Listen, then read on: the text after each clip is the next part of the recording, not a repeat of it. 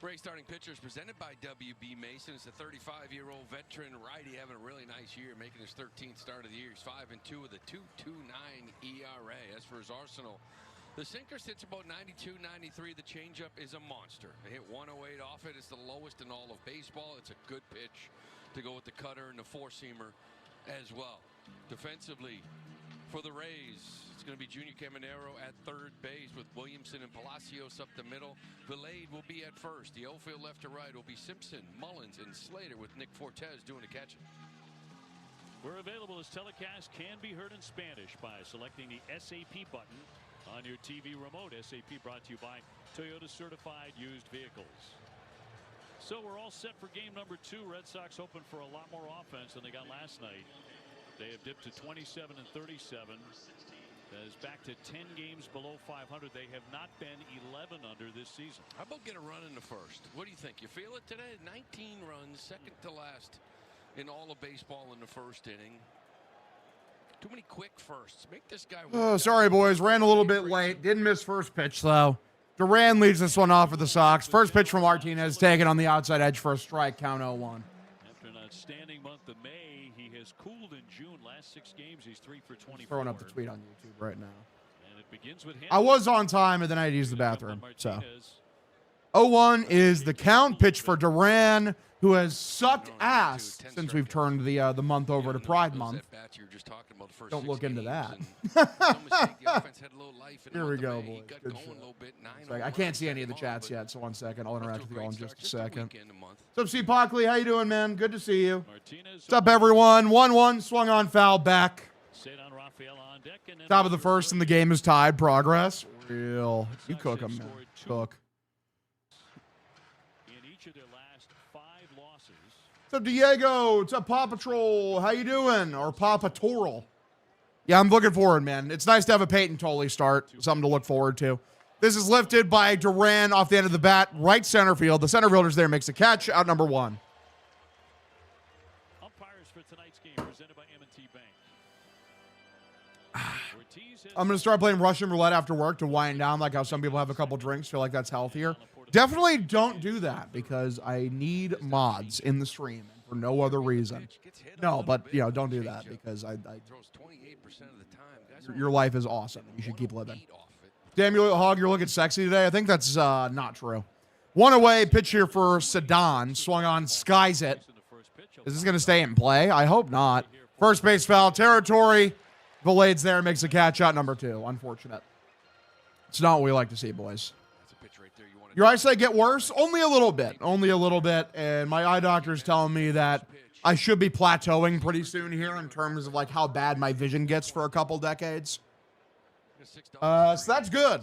Balls, fa. Fa. Big fa type vibe. I've been in the hills, fucking dudes. All right, first pitch here for Willier. It's above the zone, misses for a ball. Count 1-0. You're the only 10 I see. Laser surgery is mint. Nice. That's class. What's up, Frankie Senpai? How you doing? Pats are back. What's up, Chief? Appreciate y'all tuning in. 1-0. Skies it. Very weakly hit. Shallow left field. Shortstop is there. Makes a catch. Out number 3. 7 pitches is all it takes to dispose of the Sox in the first. Bottom of the inning. Here we go. It's a 0-0 ball game. Yay. Red Sox off to a blazing start as always. Right, gentlemen? For remembering you can customize and save hundreds on car insurance with Liberty Mutual. Do they, Doug? Well, I say it. Limu, ball me.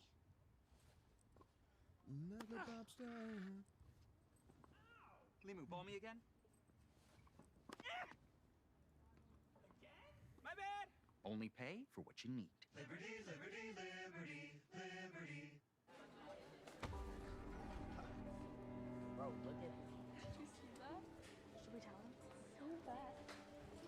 Slow starts are our MO. If Duran doesn't tactically walk or put it in play, the lads don't get it. Streakiest 1 through 4 in ball. Silence is an understatement. Very bad considering that, you know, the next 5 hitters after that are awful. Holy dead stream. Thank you, Denley. Appreciate you, buddy. Thanks for tuning in. What's up, gamers? We're cooking. We're absolutely fucking cooking. A stray piece of hair? What is What's going on? She's scratching the hell out of me. Get out of here. Get it now, only at KFC. See Supergirl in theaters June 26th. Our #1 draft. Good work, gentlemen. Let's pray we get a W for real. So start. It always happens, but cool. We have slow finishes too. Consistency. Yeah. What's good, Hog? It's been a bit. What's up, son? Son of a pun. Great name. Appreciate you tuning in, buddy. Thanks for tuning in. You're an absolute baller. One hot streak away from the playoffs, gang. It's not even like wrong. It's not an incorrect statement, but putting together one hot streak sounds impossible. KFC's mid. I don't even have any KFCs around me anymore, man. They all like closed down or moved away. Pitch swung on and laced right center field. Gonna drop in for a base hit in front of Willier. A single for Yandy Diaz. Forgot to brag. Do you find folk? I got laid Sunday evening. Good for you, man. Good for you. I'm happy for you. It's always got to be perfect today. Feels like totally blows. Crazy. 23-year-old lefty, outstanding, making his 9th start, 3-2, 228. Strikeouts are piling up. What I for today's meal? We just went to Bebop's. It was the closest place to the eye appointment that because my mom needed an eye appointment, I needed an eye checkup, my grandma needed to fill her subscription, so we all went as a team. It was a team effort.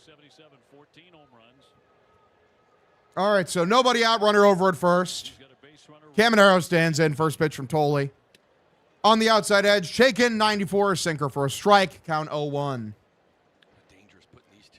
I think the Latin players are being shunned. Kind of odd Narvaez spoke out after all the Bayo drama, not a coincidence. I don't know if they're being shunned. It's just that, I mean, I don't think Chad Tracy speaks Spanish, so I'm sure it's a different experience that your manager doesn't speak the same language as you.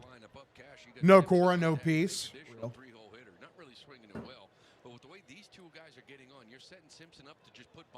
1-1 is the count here for Caminero. Here's the pitch from Tolley. Come on. Let's fill up the zone. Pitch. Skies this one. Backwards a foul ball on a low cutter. 87. Count 1-2.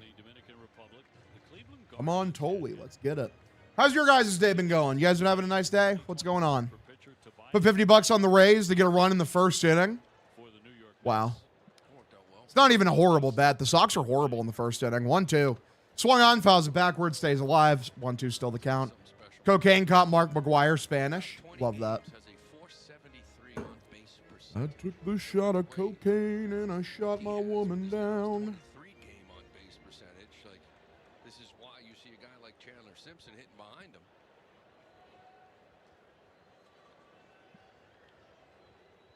Set by Tolley and the 1-2.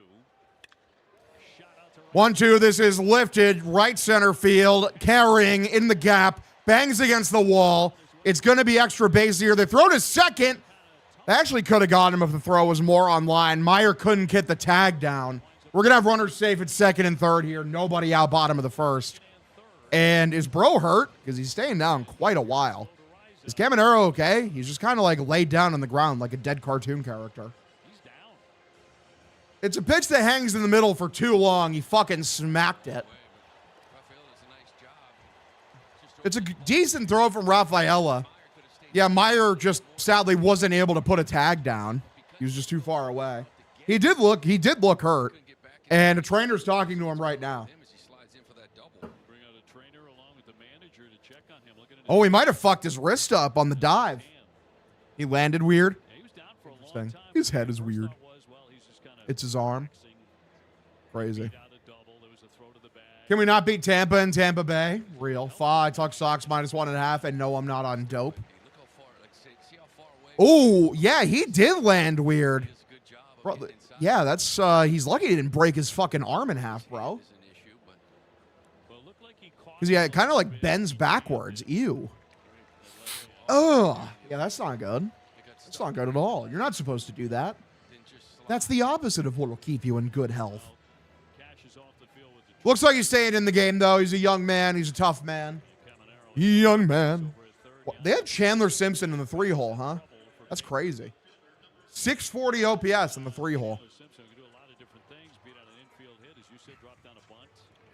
So Tolley's in trouble early. He's at 6 pitches. Runners at second and third. Long day at work. Glad to be locked in with the Hog. Appreciate you, buddy. Pitch. Outside, and they check over to third. Runner stays put. Doesn't go anywhere. Shitty ballpark, shitty dirt, shitty walk. Come on, gamers. This is what we need. 1-0 pitch from Tolley. Top of the zone. Nice sinker for a strike. Count evens up 1-1. Opposite the top of the inning. Did I say the top? Well, I'm a fucking idiot. So this is torture, dude. Interesting. I love torture. They do that a lot. And the 1-1 from the left-hander. 1-1. Slices this one. Diving catch made. And they double the runner off at third. Amazing. Huge play from Caleb Durbin. He's able to maneuver his short and stubby limbs in the best way that he can and gets a clean double play for the boys. Let's go. Good shit. Diaz knew he was cooked. Let's go, boys. That's what you need to see.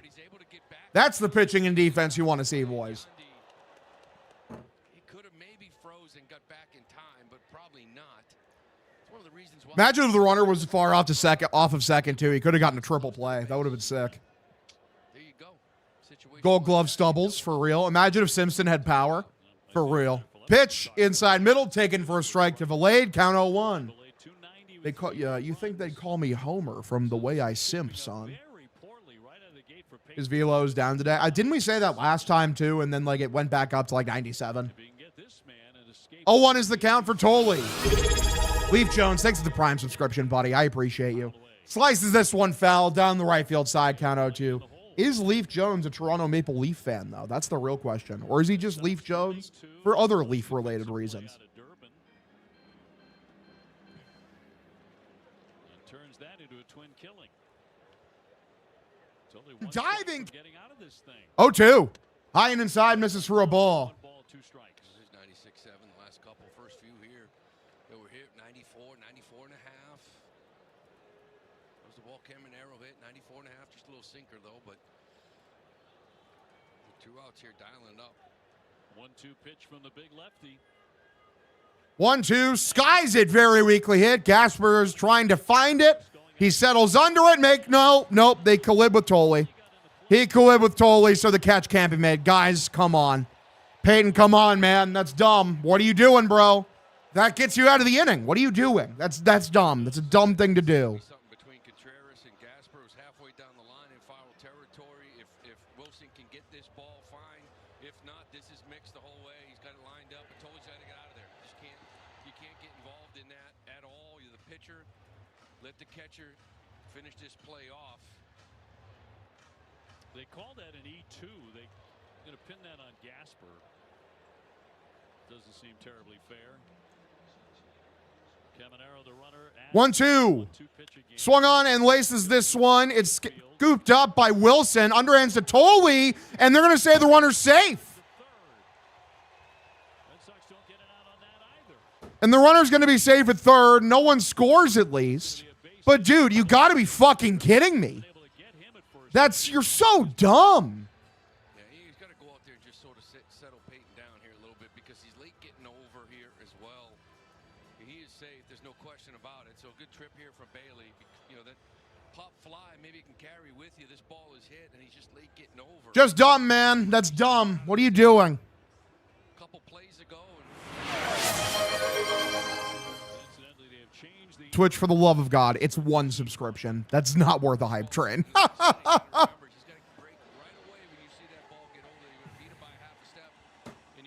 Is Tolley high tonight? Maybe. Maybe. Hopefully he can get out of this. It's just very frustrating. I don't know, man. Just very dumb. Diaz with the base hit. Caminero rifles a double off the wall, and then Simpson lines into that double play where Durbin made the nice play, but then a drop ball on what should have been out number 3. Valade reaching first. He gets a base hit, but he should have been out. That brings up Austin Slater hitting .217 without a home run. First and third, 2 gone. Okay, first pitch here for Austin Slater. The pitch swung on, fouls it. There's high inside fastball that he hit down the right field foul side. Count 0-1. Tolley needs to drop 40 pounds. No, absolutely not. No, I like the beer gut. It's awesome.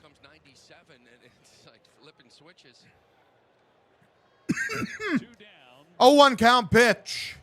Swung on, fouled it off again. So he has this man down Count 0-2. Double play revved him up. Fighting for my life, boys. After that twin killing. Now trying to put away Slater here and put all this craziness in the first inning behind him. What's up, Rufus? How you doing, man? Give him the high heat. Totally for real. Cook him. Totally looking in for the sign. 0-2 is the count here. Totally, here is the pitch. Now he's going to check over to first. Runner safe. Safely is Valade. Neat.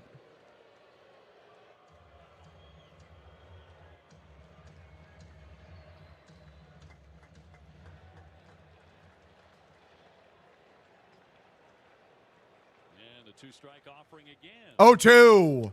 Oh, that's strike 3 ABS, man. You got it. Fuck! Oh, my God, dude. That's a strike. If you catch the ball, it's probably called a strike, or you could have ABS'd it. Fuck! It doesn't turn over that glove, unable to keep it in there. It's going to get Valade in the second base, and this is just a weird, wacky inning here. Just try to get one more swing and miss and get out of this with a 0 somehow.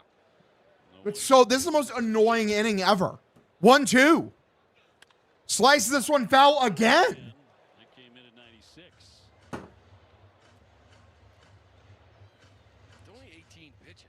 Yeah. You know what I mean? It should have been over about 14, 12 pitches, whatever, 14 I think. Definitely should have been. He'd execute one right here, just getting that dugout. 1-2 for Tolley. He looks in. Here's the pitch. Grounded, pretty weakly hit. Scooped up by Meyer. Gathers, throws to first. Out number 3. By some fucking miracle, a run doesn't score that inning. Despite the fact the Red Sox made 80 stupid fucking plays, and somehow a run didn't score. Thank God. 0-0 game. We go to the second. I see the gas and diesel prices almost $5 a gallon.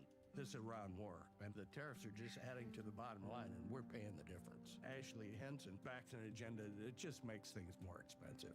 People are hungry, literally hungry. Ashley Henson will never know what that's like. They genuinely deserve to be down like fucking 3-0 right now, man. With how they played that inning, that was pathetic.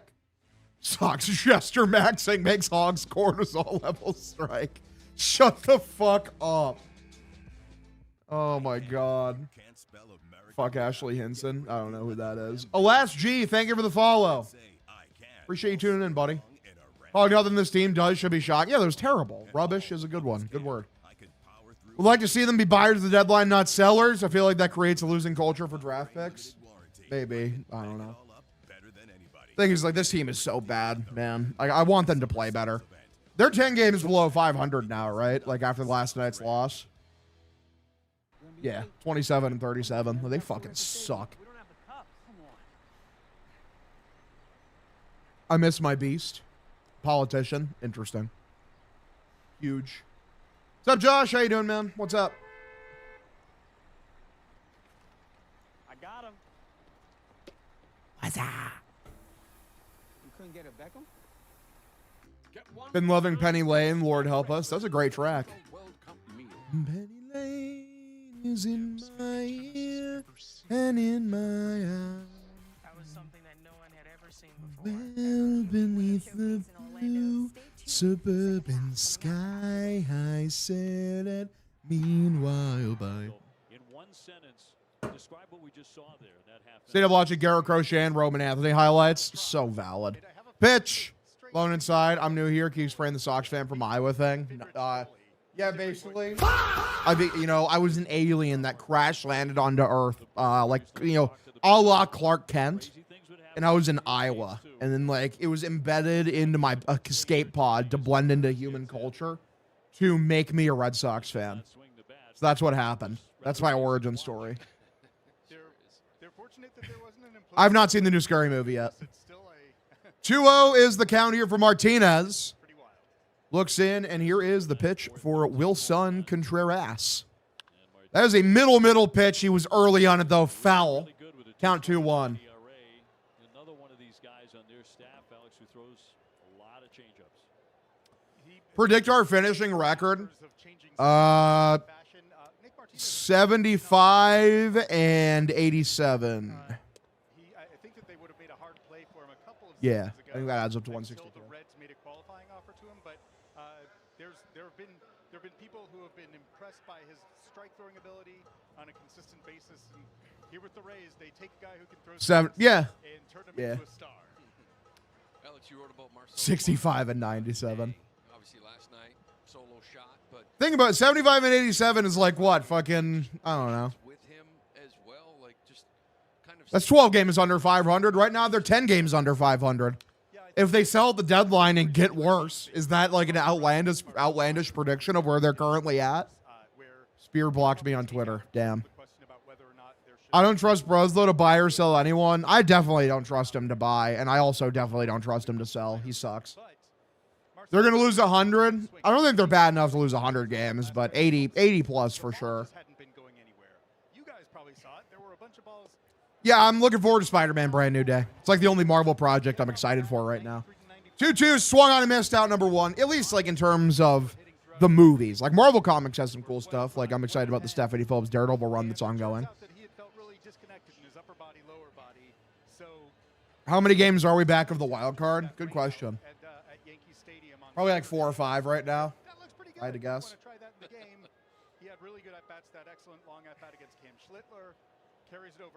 The Red Sox are 4.5 games back of a wild card spot. Pitch outside, misses for a ball, count 1-0. Yeah, the American League sucks dick. Doomsday expected to come out December 18th. I have no hype in me for Avengers Doomsday, man. 0. This is grounded, very weakly hit. Second baseman has it, throws to first, out number 2. Like, I don't know, man. Like, in a lot of ways, like, the mainline Marvel Cinematic Universe is very much just wash. They've done such a bad job building up, like, the next phase, the next generation of heroes post, Endgame. Like Iron Man, Captain America, like, their stories ended, and it's like they had nothing going afterwards. Like, all the things they released either were, like, just mid, like, Disney Plus slop. Like no one talks about like, the Falcon and the Winter Soldier as a fucking TV show. Like no one talks about that. Like I know a couple people talk about like the Loki show, but like, is Loki going to be like a face of the Avengers? Like, no, that's not how you're not going to do that. Have you seen Ice Cream Man? It's a rip-off Weapons. I have not seen Ice Cream Man. The streaming service killed a lot of the franchise because a lot of those streaming services, like those, it shouldn't have been a show. Like, there's not enough content there for a show. You should have made it into a movie. 2-0 popped up, pretty weakly hit, shallow right field. Second baseman is waved off by the shortstop, makes the catch out, number 3. Another awful inning from the Sox batters. Bottom of the second, here we go, 0-0. Like, a show like Miss Marvel is infinitely better if it's a movie. Like, you could easily make Miss Marvel work as a movie. You could easily make like The Marvels better as a movie. She-Hulk could have been a nice one-off movie. Mandalorian movie did terrible. Good. What's up, Hog? I'm doing good, B-Wall. How you doing, man? At the end of the day, I love Spider-Man, so like I'm excited for Spider-Man Brand New Day. Plus, I enjoyed the Spider-Man, Tom Holland Spider-Man trilogy. But not really anything else in Marvel that I can say I'm fucking thrilled about. You can't spell American without it. Get a great deal at the Ram Make This the Summer Sales Event and say, I can. What's up, baby? Take me out to dinner. Crazy. Crazy. In fact, She-Hulk got a movie before a Hulk movie is insane. Well, think about it this way, Dave. The reason why Marvel won't make a Hulk movie is because they're cowards. They're cowards. Because listen, with the Hulk, I'm sorry, like, to make a good Hulk movie, you need to tackle the themes of the Hulk. The Hulk's themes are fucking, suicidal thoughts, sense of self, losing yourself to rage. A lot of that shit, you need a very skilled director to be able to do, for one, and also needs to be PG-13 or higher. Like PG-13 to borderline rated R if you want to do effectively. And Marvel is in the business of making movies that are as profitable as possible. So why would they do that? Like Logan? Oh, yeah, almost. along that same vein, if you want to do a Hulk, movie justice, yeah, like it probably has to be bare minimum PG-13, if not rated R. Bottom of the second inning, Cedric Mullins in the box here against Pitch high and inside for a ball, like Venom, brother. I'd hope it'd be way better than Venom. And I like Venom. It's a fun popcorn movie. In terms of like actually good cinema, like it is not that. I am looking forward to Supergirl, but that's DC, brother. 1-0 skies it. Pretty weakly hit. Foul territory, gets out. Count evens up here 1-1. I am looking forward to Supergirl. You know, I haven't read Man of Tomorrow, Supergirl, Woman of Tomorrow. I love Obsession. Obsession's awesome. Do you have another Nesson appearance? No. Thing is my only Nesson appearances have come basically when the Red Sox were playing good baseball. Because I think they're terrified of having me on when the team is genuinely shit. And I think that's valid. Because, like, I really won't hold back. Third base side popped up. Durbin's there. Makes a catch out number 1. Marvel peaked with the first Avengers movie. The first Avengers movie is very good. I mean, it's not Infinity War. Infinity War is, like, genuinely, I can't believe a studio like Marvel made it. Infinity War is so, like, subversive. It's so different. Based on, like, what you expect for a, you know, big, major motion picture blockbuster from a company like Disney. Infinity War is unbelievable. That's the best movie the MCU has produced. 1-0, 1 away, pitch inside middle taken for a strike, count 0-1. We haven't seen what either one of those guys can do, right? So the potential of Trevor getting hot for a month. Making a live-action Scooby-Doo Netflix. I did see that, yeah. 0-1, grounded right at Tolley, scoops it. Underhands over to first, out number 2. Yeah, I'm looking forward to the Supergirl movie. I hope it's really good. I've heard great things about the comic it was based on. I don't know much about the director. Dynamic of a game. Their only run, you know, as you think back to the last couple of games of the ALCS, they had, you know, Story hit a home run. That's what they needed, right? Like, I'm excited about a lot of the DC shit coming out, man. I just have a lot of faith in James Gunn. I think he's a very good, very great creative mind. Is this group of guys capable of changing the offense? This particular roster. The guy who made I, Tonya and Cruella is the guy who's directing Supergirl, so I'm interested to see how that goes. 0-1 and lifted right field. Willier comes in. Settles there, makes a catch out number 3. We go to the third inning, 0-0 ball game. I've lost all my faith in Gunn. Why? He's literally yet to drop a bad movie. What about, I am excited about Clayface. That's interesting. Like a Clayface, like fucking horror TV show. Why not? Fuck it. Like the short film I've seen of Galactus was cool. Bigger than skyscrapers. Favorite comedy? There's a couple. I love Step Brothers. I grew up with Step Brothers. Awesome. I got a lot of love for, what's the movie I'm thinking of right now? Blazing Saddles is fucking hilarious. The Big Lebowski's awesome. His plan is trash. Yeah, his plan of just, you know, having, you know, movies come out and just like, you know, try to get good scripts and make good movies instead of like being over obsessed with an interconnected plan. Like, what are we talking about? His plan of like, oh, wow, this actually has a good script.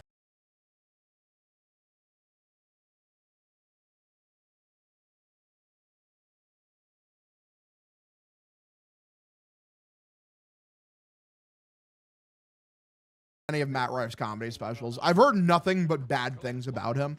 The only thing I know about Matt Rife is that he genuinely despises like women, like the women that are in his audience. Like he's not a fan of them. Then don't make an interconnected universe if that isn't your concern. Who cares? Why does everything have to be an interconnected universe? Why do we have to do Marvel? Why does James Gunn have to do Marvel but at DC? Why can't he just start out with a base of making some damn good movies and maybe they connect over eventually? It's literally the DCU. Sick. The last time DC tried that, it sucked dick. Like fucking like, yeah, like, I don't know. You're trying to convince me like Zack Snyder is a good filmmaker. He's not. Only good comic nowadays is Theo Vaughn. Nah, I love Bill Burr. I still do. He's not releasing his best material ever, but I still love him. Zack Snyder, like he's a good cinematographer. He makes some very pretty shots. In terms of like understanding characters in a movie, he has no fucking idea what he's talking about. That's not at all what I said. Well, I'm just making points here. I didn't say that was what you said. It's what people are saying. It's not what you said. Dude, I love We're the Millers. We're the Millers is amazing. I enjoyed Tropic Thunder. Yeah, you were decimated. I was.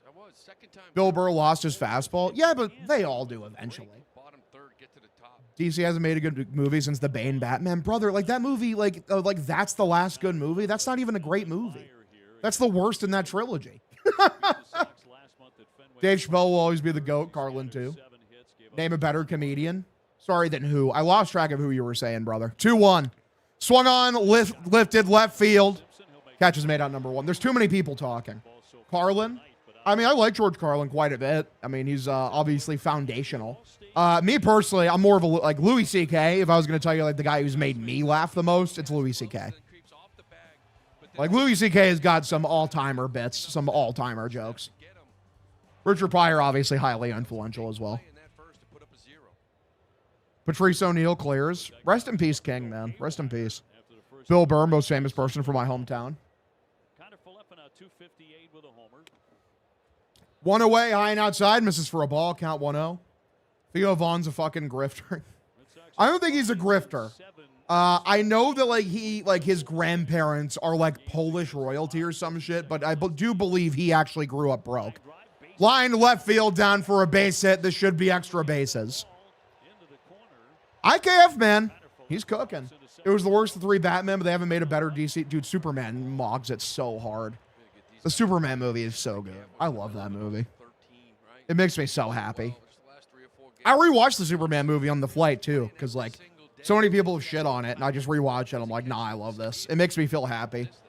The Superman movie makes me want to be a better version of myself. It pisses me off that Mr. Terrific didn't get an ongoing comic, though, after that movie. They just kind of, like, threw him out to the wolves. There's the one with the dog. Shout out Crypto the Superdog. You know what? I have a soft spot for Crypto the Superdog, man, because there was a Crypto the Superdog cartoon when I was growing up, and I loved that shit. Shout out to Ace the Bat Hound. Pitch high and inside, taken for a strike. I don't know. There's something about, like Silver Age, you know, comic-inspired whimsy that just makes me so happy. Toe tap, kind of keep those legs back and loaded. Get that into your swing a little bit, those hips. 0-1 is the counter from Meyer. He had the home run yesterday. We have a runner at second. The pitch swung on and missed. A changeup blown outside. Count 0-2. Made a hero for me who knew Mr. Terrific. Mr. Terrific's awesome, man. Again, like, they didn't give him a comic, and I'll never understand it. They did not make Superman like Deadpool. That's insane. 0-2, swung on, grounded up the middle. Scoop up by the shortstop, throws to first, out number 2. Kind of Falefa into third, but the first 3 Red Sox here in the 3rd inning have all hit the ball sharply. Yeah, I like that. You really, I mean, you have to respect this change. So humble I am. Massive. Shout out being humble. Not. Shout out to being prideful and arrogant. It was always me versus the world. Until I found out it's me versus me. 2-way, runner over at third. Pitch for Duran. Swung on and missed. Change up outside. You think we'll get another Deadpool movie? I feel like they're probably done with them for now. I got to imagine, but you never know. I'm pretty sure that like Deadpool and Wolverine did numbers. I never saw Deadpool and Wolverine. Was it any good?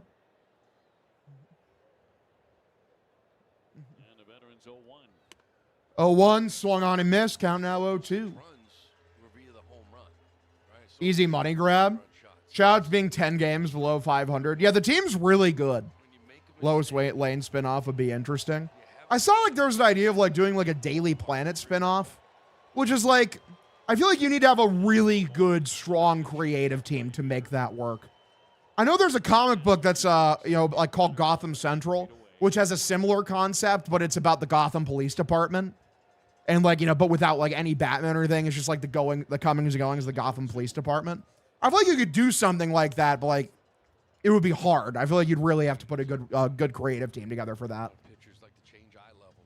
What players on the back of your shirt? It's just a normal black Adidas shirt, brother. I think Ryan Landlager's embarrassing lawsuit his wife just lost looked like a total cuck. Damn. 1-2. Below the zone, misses for a ball. Count evens up here, 2-2. It's almost like the first 2 fastballs up, like kind of set that pitch up. Okay, so now what? Now it's like got to reset in that bat. double up on this changeup? Do we go back fastball up? See a tendency to chase that pitch.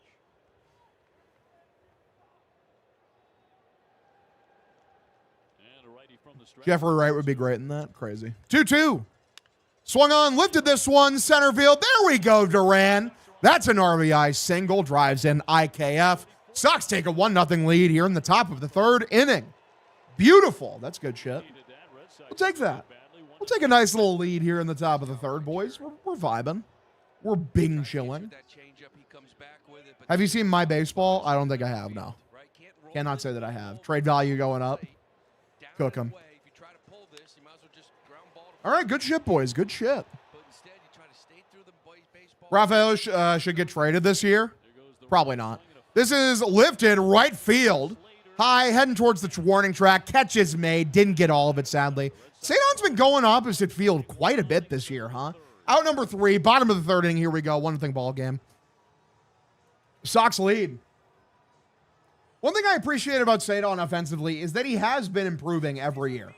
Like, little by little, he has been improving. I think the most impressive thing is, like, you look at, like, his what is it, strikeout rate? Was it strikeout rate or his K rate or his whiff rate last year? Okay, his chase rate. So last year he was chasing at a 42% clip. That is second percentile in the sport, atrociously bad. This year, it's still bad, but it's 11th percentile, and he's only chasing 37% of the time, which is better. That is better. He's also whiffing less and also striking at about the same rate, but he's walking a little more as well, though. He's walking a percentage point higher. And all of his under-the-hood shit looks a little better. Not to say, like, any of it's very, like, good. It's not. Like, he's very much overperforming his metrics. But, like, listen, we take what we can take here. Haircut is impeccable, Hog. Thanks, Kevin. I appreciate that, buddy. Meyer and Blowman should get traded. Damn. Hollywood is overdue for another disaster movie. For real.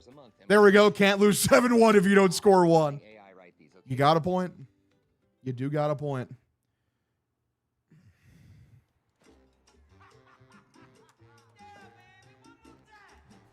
Thanks. Please be back.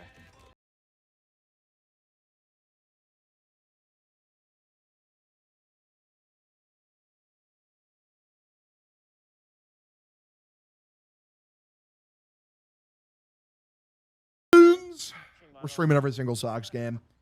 Bing chilling. This is indeed what we do. Let's get it. That was something that no one had ever seen before, ever.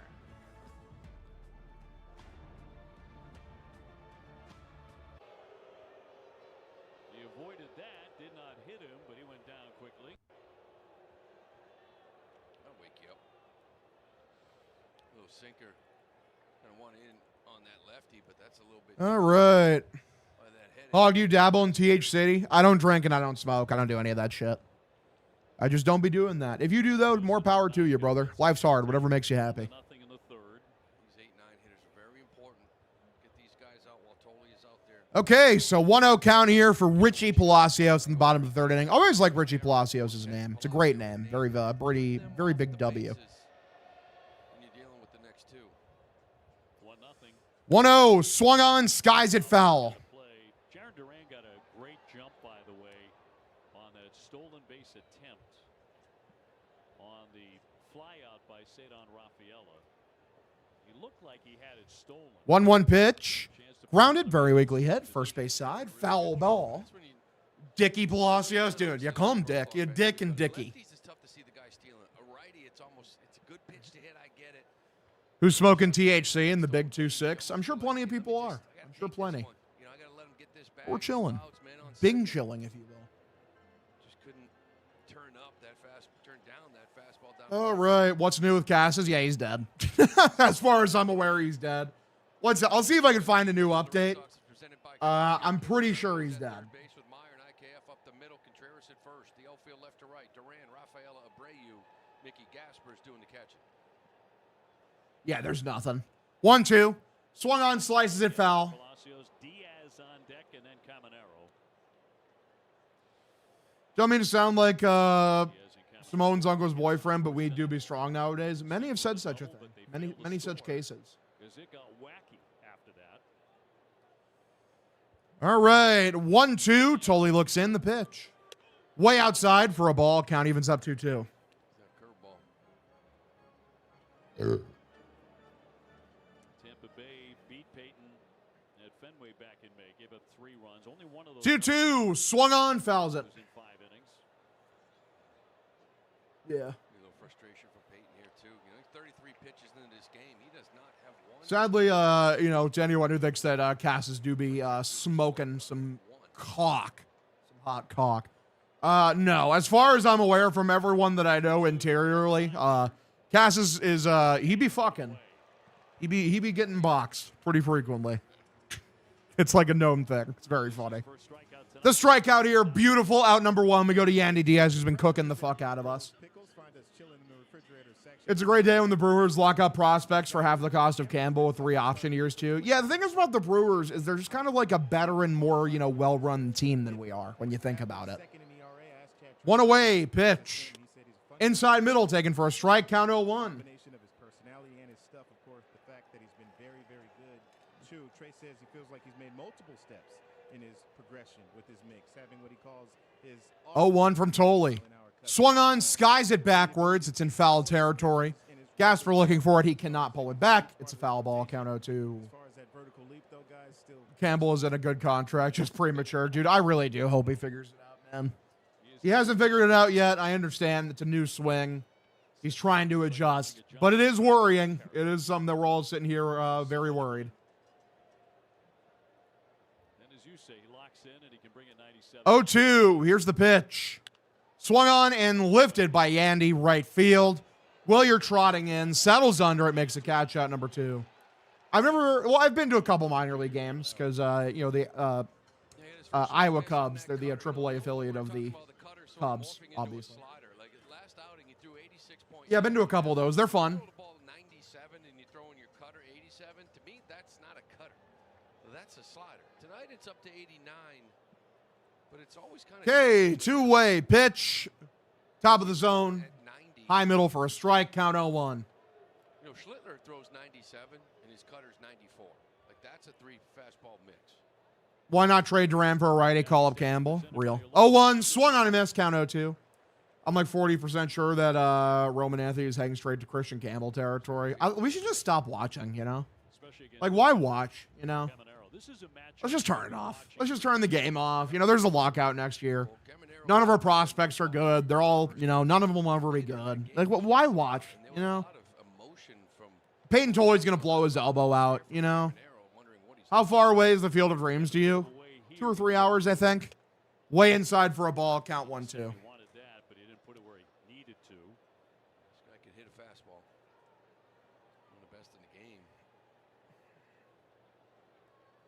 Scored a run, that's an improvement. Sadly, it's going to be like the 1 run of the game because that's kind of what they do. 1-2, strikes him out. Great curveball in the dirt.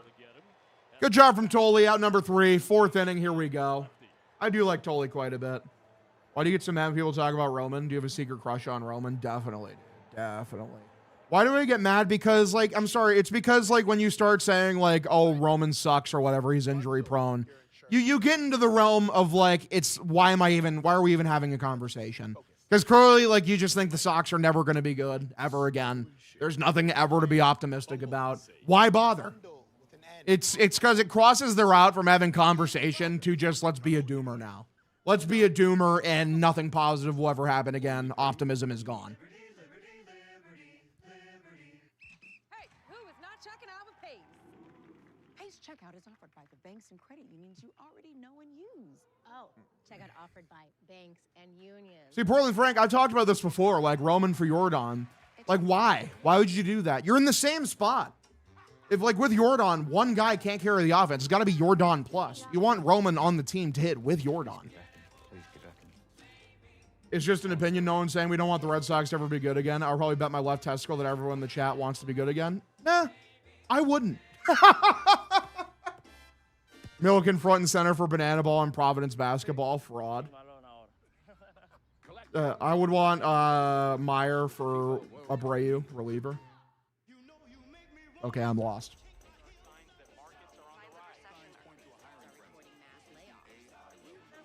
We're getting positive things out of Contreras and Suarez. All Twitter wants us to do is fire the guy who got rid of them.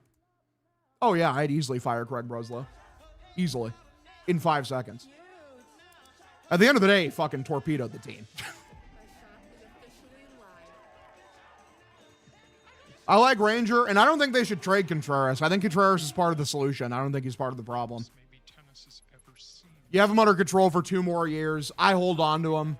If you're going to sell, I trade the fucking arms easily. Really should trade Marcelo for Marte. Oh, yeah. Easily. Easily would have done that. From what I understand, Early is the one who held that deal up. Because they like Connolly Early like a whole heck of a lot. First pitch. Way inside for a ball. Count 1-0. And then Contreras and then Yoshida against Martinez. Red Sox had some very good swings in that third. Yeah, Ketel Marte is a genuine superstar. He would be a great stabilizing force in the lineup. He'd be like him and Contreras hitting back to back. That'd be fire. 1-0. Lace this one. Caught by the shortstop. Out number 1. I think the Tolley and Early favoritism changed as the season went on. They can't have Early. For real, would have taken Marte in a heartbeat. Marte is so good, man. He's just been like quietly the best second baseman in the sport for a half decade now. Hog, love to hear your clips on Jones and Keith. Thanks, Marcos. I appreciate that. Just can't fire the GM because his additions held up their end of the deal, but Roman didn't. I mean, did Caleb Durbin for Kyle Harrison hold up the end of the bargain? One away, swung on, shot foul. Like, you traded a guy who's genuinely a Cy Young candidate for Caleb Durbin. Trading Rafael Devers and then replacing him with nothing. Say the Rafael Devers contract is genuinely horrible. It's good he got off of it. You replaced it with nothing. That presence, we are still waiting for the replacement for, and it's fuck them. They can't score. And if Bregman wasn't the answer, you find someone else. You don't just throw your hands up and say, well, you just don't throw your hands up and say, well, fuck. 2-way pitch. Taken for a strike, count 0-1. 4-0-4 to dead center. At this point, I just don't even think that the Astros are going to trade Yordan. They're giving every invitation, and I can't fucking talk. This is line into left field, catches made out number 3. Woo! Bottom of the 4th, here we go. 1-0 ball game. Sox lead. Gave the money to utterly useless Roman Anthony, and Suarez absolutely teabagged Bregman. Suarez has been good, but like it's shown like how little has it mattered. They can't hit. There's a challenger there. I mean, you had Tolley, you had Early coming up. That money was better spent on another bat. Pick one. I don't know, man. Find somebody. What do you mean to say you don't throw your hands up and say, well, fuck it? We'll get a defensive third base and try to win pitching and defense in the AL East. So, yeah, Craig Breslow built an AL Central team to win the AL East. If he built an AL Central team to go play in the AL Central, I think we'd be pretty good. He actually tried to build the Rays when you think about it, but the Rays are the Rays, and they're going to build the Rays better than you can build the Rays.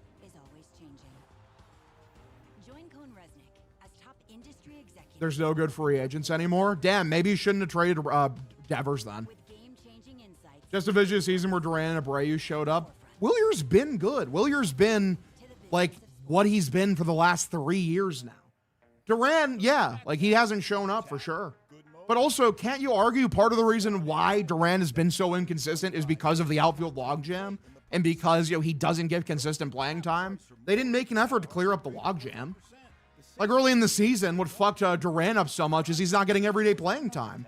And because Breslow, who knew he had an outfield logjam for 2 years to this point now, refused to do anything about it. With Google Cloud AI. There are some people for whom good enough is never good enough. They ruffle feathers, push boundaries. Willier's about 3 offers from slugging below 400. Bro, he's been like, if I look at his numbers from the last couple of years, I'm pretty sure he's been just about the same guy in terms of like his actual on the field stats. And under the hood, he's the same, if not slightly better. Oh yeah, right now he's about a 3-WAR player. We aren't even halfway through the season. He's trying to be a 6-WAR player. It's a 760 OPS. His career OPS is 784. So right now he is about 20 points below his career average. In terms of OPS plus, he's just about the same guy. It's 116 compared to a career average of 119. He's the same guy. Like, I don't think you can expect Wilyer to go and be like, yeah, he's going to be a guy who can carry the team. You can't. Wilyer, I think, is a guy where I like him as a number 5 hitter. I don't think that he's a guy that is, you know, you build the championship team around. He's a guy who is an important member to a championship team, but he's not like one of the 2 best players or even like the 3 best players, at least in my opinion. I think Willier's 27. He was also platoon until this year. He's been great against lefties too. The thing is with how he's changed his swing is now he's not hitting for as much power. He's hitting more doubles and singles instead of home runs. 1-0 pitch. This is lined into left field. That's a fair ball. Fuck me. This is going to be picked up by Duran, scooped up, threw in. Neat. If Willier's anything more than your 5th hitter, you're not good enough. Yeah. This team isn't good enough. Right now, and that's the thing, is like he should probably be your number 5 hitter. And on this team, he's your number 3 hitter. If you could stretch and say, like, maybe he can be your cleanup. I wouldn't mind him in your cleanup. For some reason, they have Contreras in the cleanup when genuinely, if you're doing, like, what they should be doing, Contreras honestly should probably be in the 2-hole. He's been the best hitter on the team by a country mile. He's been amazing. I mean, Cedon Rafael is in your 2-hole, man. I love Cedon. Cedon has been a pleasant surprise this year. A serious team doesn't have Cedon Rafaela in the fucking 2-hole. Like, not even close. In my opinion, like, is it astronomically wrong to say Cedon at his absolute peak, as, you know, he currently is, should be a 7-hitter? Like, anything above a 7-hitter seems like a stretch. Am I wrong in that assessment? Like, I feel like a 7-hitter is where he probably should be at, ideally. 0-1 swung on, foul back, count 0-2. This team is fucking awful. Yeah. We're 2 games off the pace in the AL West behind Seattle. Good pitch. Like, Durant, I'm fine with leading off. Like, I think he's going to be fine.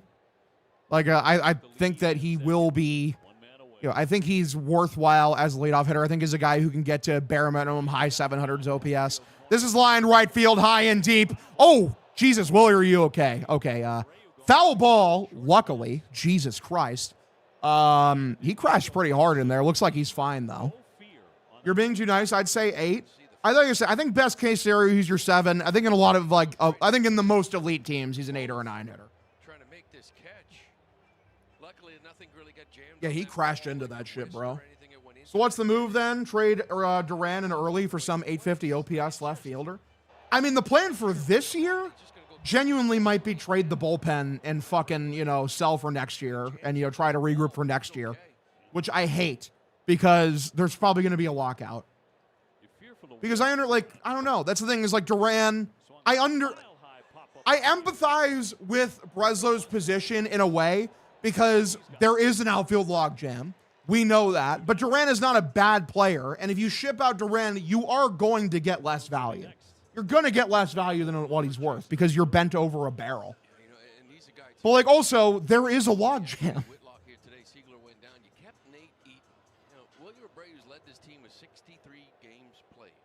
Because that's the thing is, like, are they going to be able to pick up some 850 OPS left fielder, like, for Duran and Early? Or, you know, maybe like an 850 OPS second baseman or some shit? I don't know. Like, one, that guy has to be on the market. If you find the right prospect in a trade for Chapman, that guy could maybe be your guy next year. I just don't know. They might be fucked for this year, which is very upsetting. But then again, they're 4.5 games out of a wild card spot. So I don't know. There's no logjam and Anthony isn't playing. True, but he will come back. And then again, we'll be finding ourselves in the same issue. Also, like, there is, though, because, like, whenever Campbell gets another chance, he's an outfielder. That guy cannot play the infield. 2-0 pitch. Taken above the top of the zone for a strike, count now 2-1. Against the division so far at Tampa Bay. The best record at home, 22-9. Great last offseason, what was the Breslow miss?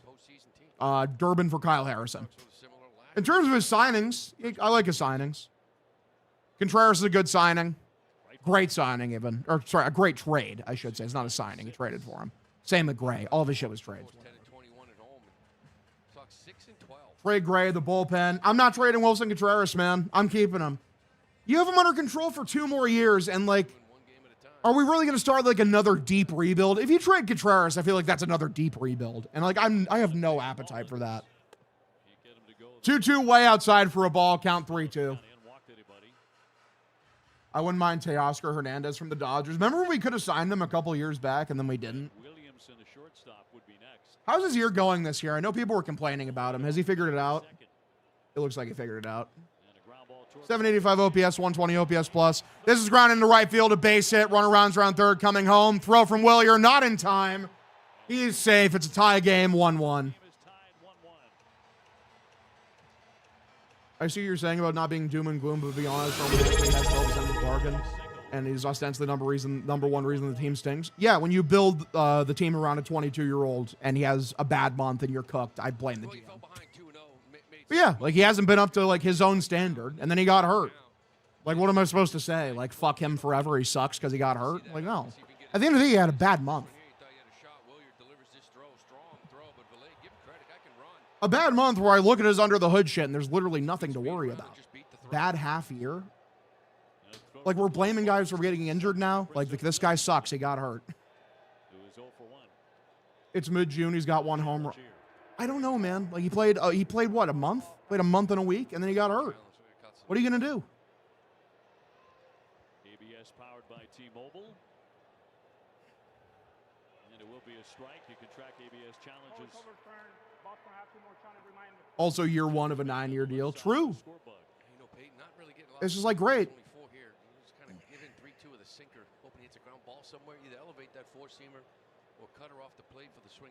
Crazy Roman had a bad month to still one more player. Yeah, because he was still elite defensively, despite the fucking narrative ballers who look at like 2 bad throws. It's like dude's an elite defensive fielder and like was below average at the plate for a month. So you fire Breslow because Roman got hurt? No, you fire Breslow because he is a horrible executive at like building a winning baseball team. You fire Breslow because you traded Rafael Devers with no backup plan. And then you traded the pieces you got for Devers that could have been something for a bag of beans. Not magic beans, just beans that don't do anything. Good challenge. 7 challenges. He got 5 right. In fact, you let your Rafael Devers replacement walk and then didn't replace him with anything. Because of the argument, well, Bregman stinks. Again, the answer isn't doing nothing, throwing your hands up and saying, oh, well, fuck. This is line in the left field. It's a double. We're down 2-1 now. Great. God, this game. We're going to lose. Who said 7-1? Who said we can't lose 7-1 if we don't score the 1? You're so right. Like, that's 100% where we're heading. Again, down in the zone. You know, this 4-seam fastball, down and in, and give him a chance. We see the swing and miss. I mean, if we're going to talk about, like, Breslow, you know, it's like, oh, yeah, man, let him buy at the deadline. His deadline track record is atrocious. Like, this is the brain trust that brought you Danny Jansen, right-handed bat, to save the team. Or, you know, Lucas Sims and Luis Garcia from the Angels. Not the good Luis Garcia, the Angels one in the bullpen to fortify for a playoff run. This is the guy that brought you, you know, James Tibbs for Dustin May. This is a high tapper into left field for a base hit. It's going to score another run. It's 3-1. I'll give him credit for Steven Matz. I liked that trade.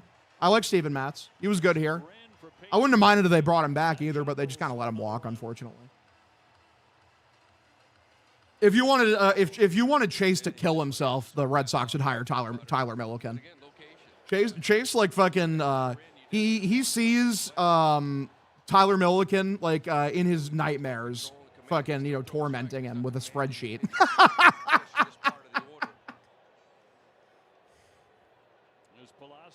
One of my favorite things about Chase is the dedication to be like, let's hate on Tyler Milliken for a second. Grounded to second, picks up, throws to first, out number 3. So the Sox trail 3-1. Realistically, it means we're probably going to lose, but we're going to continue forward anyway. 1 second. I'm going to grab another drink, boys. I'm thirsty. I'll watch this tomorrow. There's a chair under there. Somewhere. You ever wash a teenager's clothes? Avoid it at all costs. When laundry piles up and stinking stains set in, all right, I'm back. Come clean with Arm & Hammer Deep. There are no spreadsheets in the clubhouse. I don't know how this team gets good again. The core is mid as hell. Damn. Hashtag it's Jover. Come clean with I do like Wilson Contreras a lot, man. Easily the best trade that Breslow has made, other than Crochet, which is the best trade that he's made. Which even then, that trade's going to look worse over time because Kyle Teal is a stud, and I think Braden Montgomery is going to be pretty good. But you do have to give up good players to get good players. What made Dave Dombrowski special is that, you know, he just somehow with a fucking sixth sense knew how to give prospects who would eventually be garbage, even they're highly touted at the time. Breslow does not have that. There are some people for whom good enough is never good enough. I still take Crochet, though. I love Crochet quite a bit. They are because, I mean, at the time, you had no idea that Tolley was going to be this good or that Early was going to end up being this good so quick. You know what's odd? If something's free, people just can't resist it. Doesn't matter. Durbin Tolley makes that play if he drinks more milk as a kid. Maybe. Fact. Life comes at you fast. Tolley looking human. This is so depressing. We only had an offense to pick him up. I don't even think it was that bad. I mean, the one that scored that last run was literally just a high grounder. It's just kind of unlucky. It happens. He's not going to have a fucking 2.2 ERA the entire season. He's going to get unlucky here at some points. It feels good to find the right fit. It took everything for the Sox to even call up Tolley early last season. True. Breslow treasures his mid prospects because analytics say they might be a winner. Shout out to Vaughn Grissom for Chris Sale. Best move ever. I don't know, man. The funny thing is I always go back to that move because they fired Heimblum, and Heimblum did have his flaws as an executive for sure. He did a lot of wrong things. He fucked up a deadline or two. Made some bad signings. Trevor Story and Masataka Yoshida, very bad signings. But didn't give up on Chris Sale. He said Chris Sale is going to become old Chris Sale again. And he didn't trade Sale at the deadline. And he was correct. Is Tolley doing bad or the Rays getting lucky hits? Thing is, we are at the Trop, so the Trop is a nightmare. Bloom didn't know how to draft. That is true. Rose drafter. 1-1. Inside, misses for a ball. Count 2-1. Thing I like about Chaim Bloom is that, like, at least he was like a functioning human being and not AI. At least he wasn't like an AI person who's just like, you know, consults a fucking computer to make every decision of his life like it's a magic 8-ball. 2-1, lifted by Gasper, right field. High heading towards the warning track. Jumping catch is made. Out number 1. Fuck. Not good. Good play by Slater.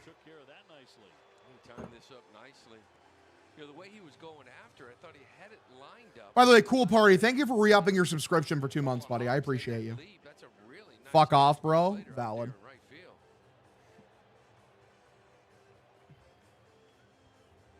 So 1 man away and Durbin next.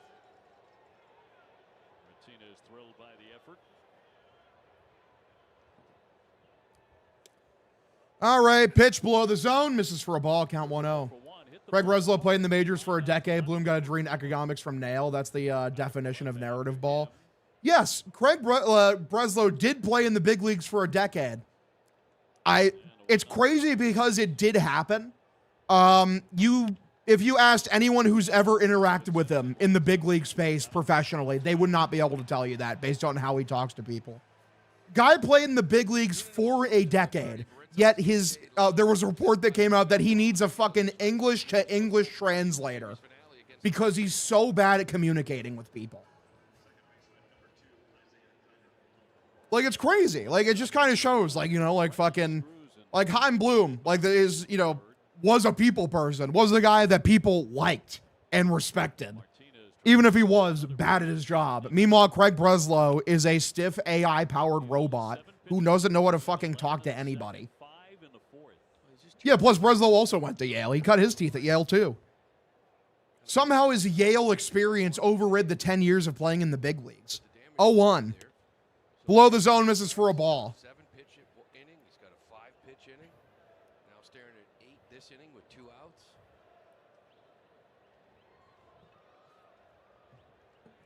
Bases empty again. 1-1 is the count here. Martinez looks in, and here is the pitch for IKF, who's been playing well.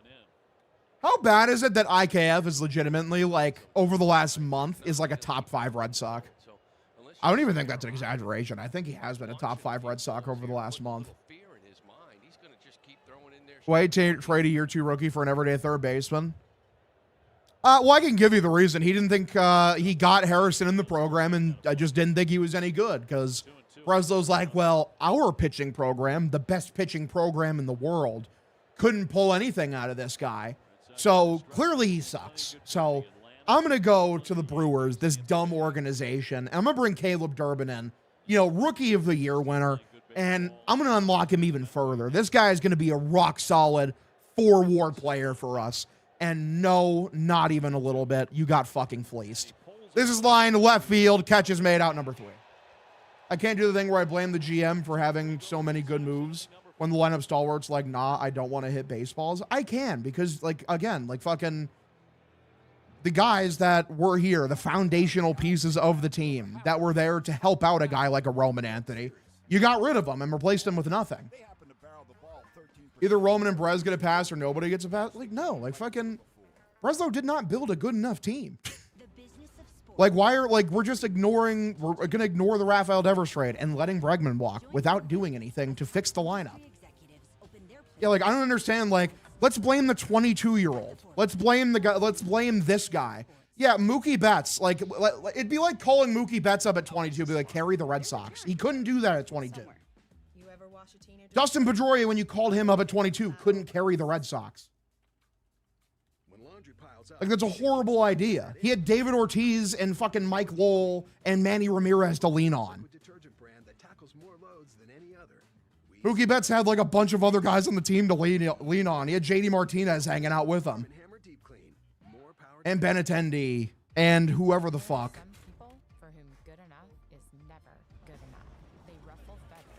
We didn't need Roman to carry the team. He do more than shit on toes.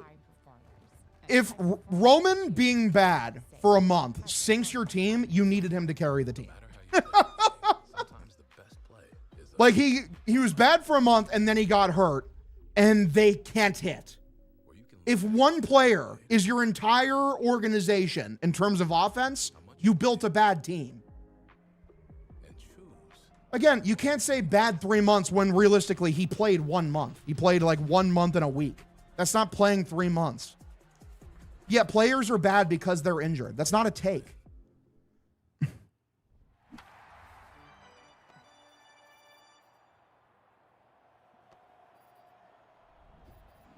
It's he should pull a Raffy, a year or two ago, when he played an entire second half of the season with 2 bum shoulders, hit fucking a 400 OPS and sink the team while he's still here and play bad defense because that'll help so much more. There's a difference between being bad and not helping the team. Again, you're asking a 22-year-old to carry the franchise. That's a bad idea. That is what Breslow did. As evidenced by the fact that Roman Anthony's not here and they're 10 games below 500. 2-0, way above the zone, misses for a ball, count 3-0. When Dustin Pedroia got here, he didn't have to carry the Red Sox. He had fucking David Ortiz and Manny Ramirez.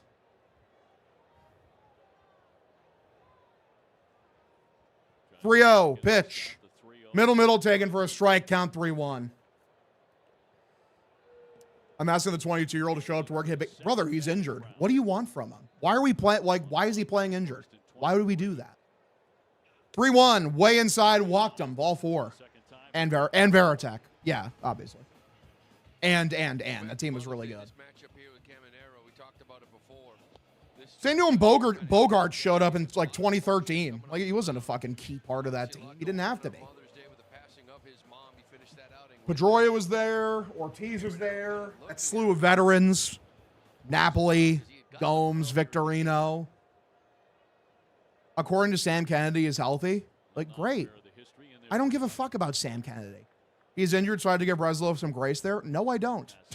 He built the team. He built the team around him. He built the team to be carried by a fucking 22-year-old. So when one guy gets injured and you're fucked, no, I can blame the guy who built the roster. What? No. Red Sox legend Mike Lowell. Breslow was not a fucking passive participant in building the team. He was there. He shaped it. Uke. I love Uke, man. I miss Uke. Ellsbury was Ellsbury was so good, man. And then he went to the Yankees and became a double agent. They're 1 and 34. Ouch. Double ouch. Keep in mind, he never offered Schwarber. That honestly, that's the worst move Hein Bloom ever made. That's the worst one. That is easily the worst one. Because you had him, you traded for him. You're like, this guy's really good, and then you just let him walk because you had fucking 80-year-old JD Martinez. Other than Durbin, I can't see one legitimate second guess on the roster. In for a called strike. Like, other than, like, Durbin, that's a big move. Like, that's the guy you replaced Alex Bregman with. You let Alex Bregman walk and you put that guy in there. We're used to those magical comebacks with Red Sox teams in the past. We've seen almost none of them this year. Fastball drilled in there, 94. Sub Hog, I see the Sox are killing it again. Real. Plus, again, like fucking, this is a guy, like, he's bad at deadlines. So if we're going to the deadline and we're like, okay, Craig, here you go, man. Fix the team at the deadline. He can't do that. He's bad at it. I can't wait to see fucking, I don't know, who's like a young, I can't wait to see like Henry Godbout traded for random awful pitcher. What's a random awful veteran pitcher that Craig would trade for that's adjacent to Dustin May without being Dustin May? 97, just buy him. See, that was the one issue there in that fourth inning. Like, I've never been on the Red Sox subreddit. Bregman has been steamy dog shit, though. If you have Bregman, you still have a shit sandwich in a third. It would just be 175 million shit sandwich. Great. Did he replace him with anything? Like, again, like the solution can't be like fucking like, oh, well, Bregman's gone. Well, I guess we suck now. Damn it. Well, I tried, guys. I'm going to go. Let me put in my time card and take the rest of the day off. Again, like his evaluation is like Ranger Suarez is the answer. It's not, though. They needed to hit. Yes, you replaced him with Caleb Durbin. And Durbin is, and with Bregman having a down year, Durbin is still significantly worse.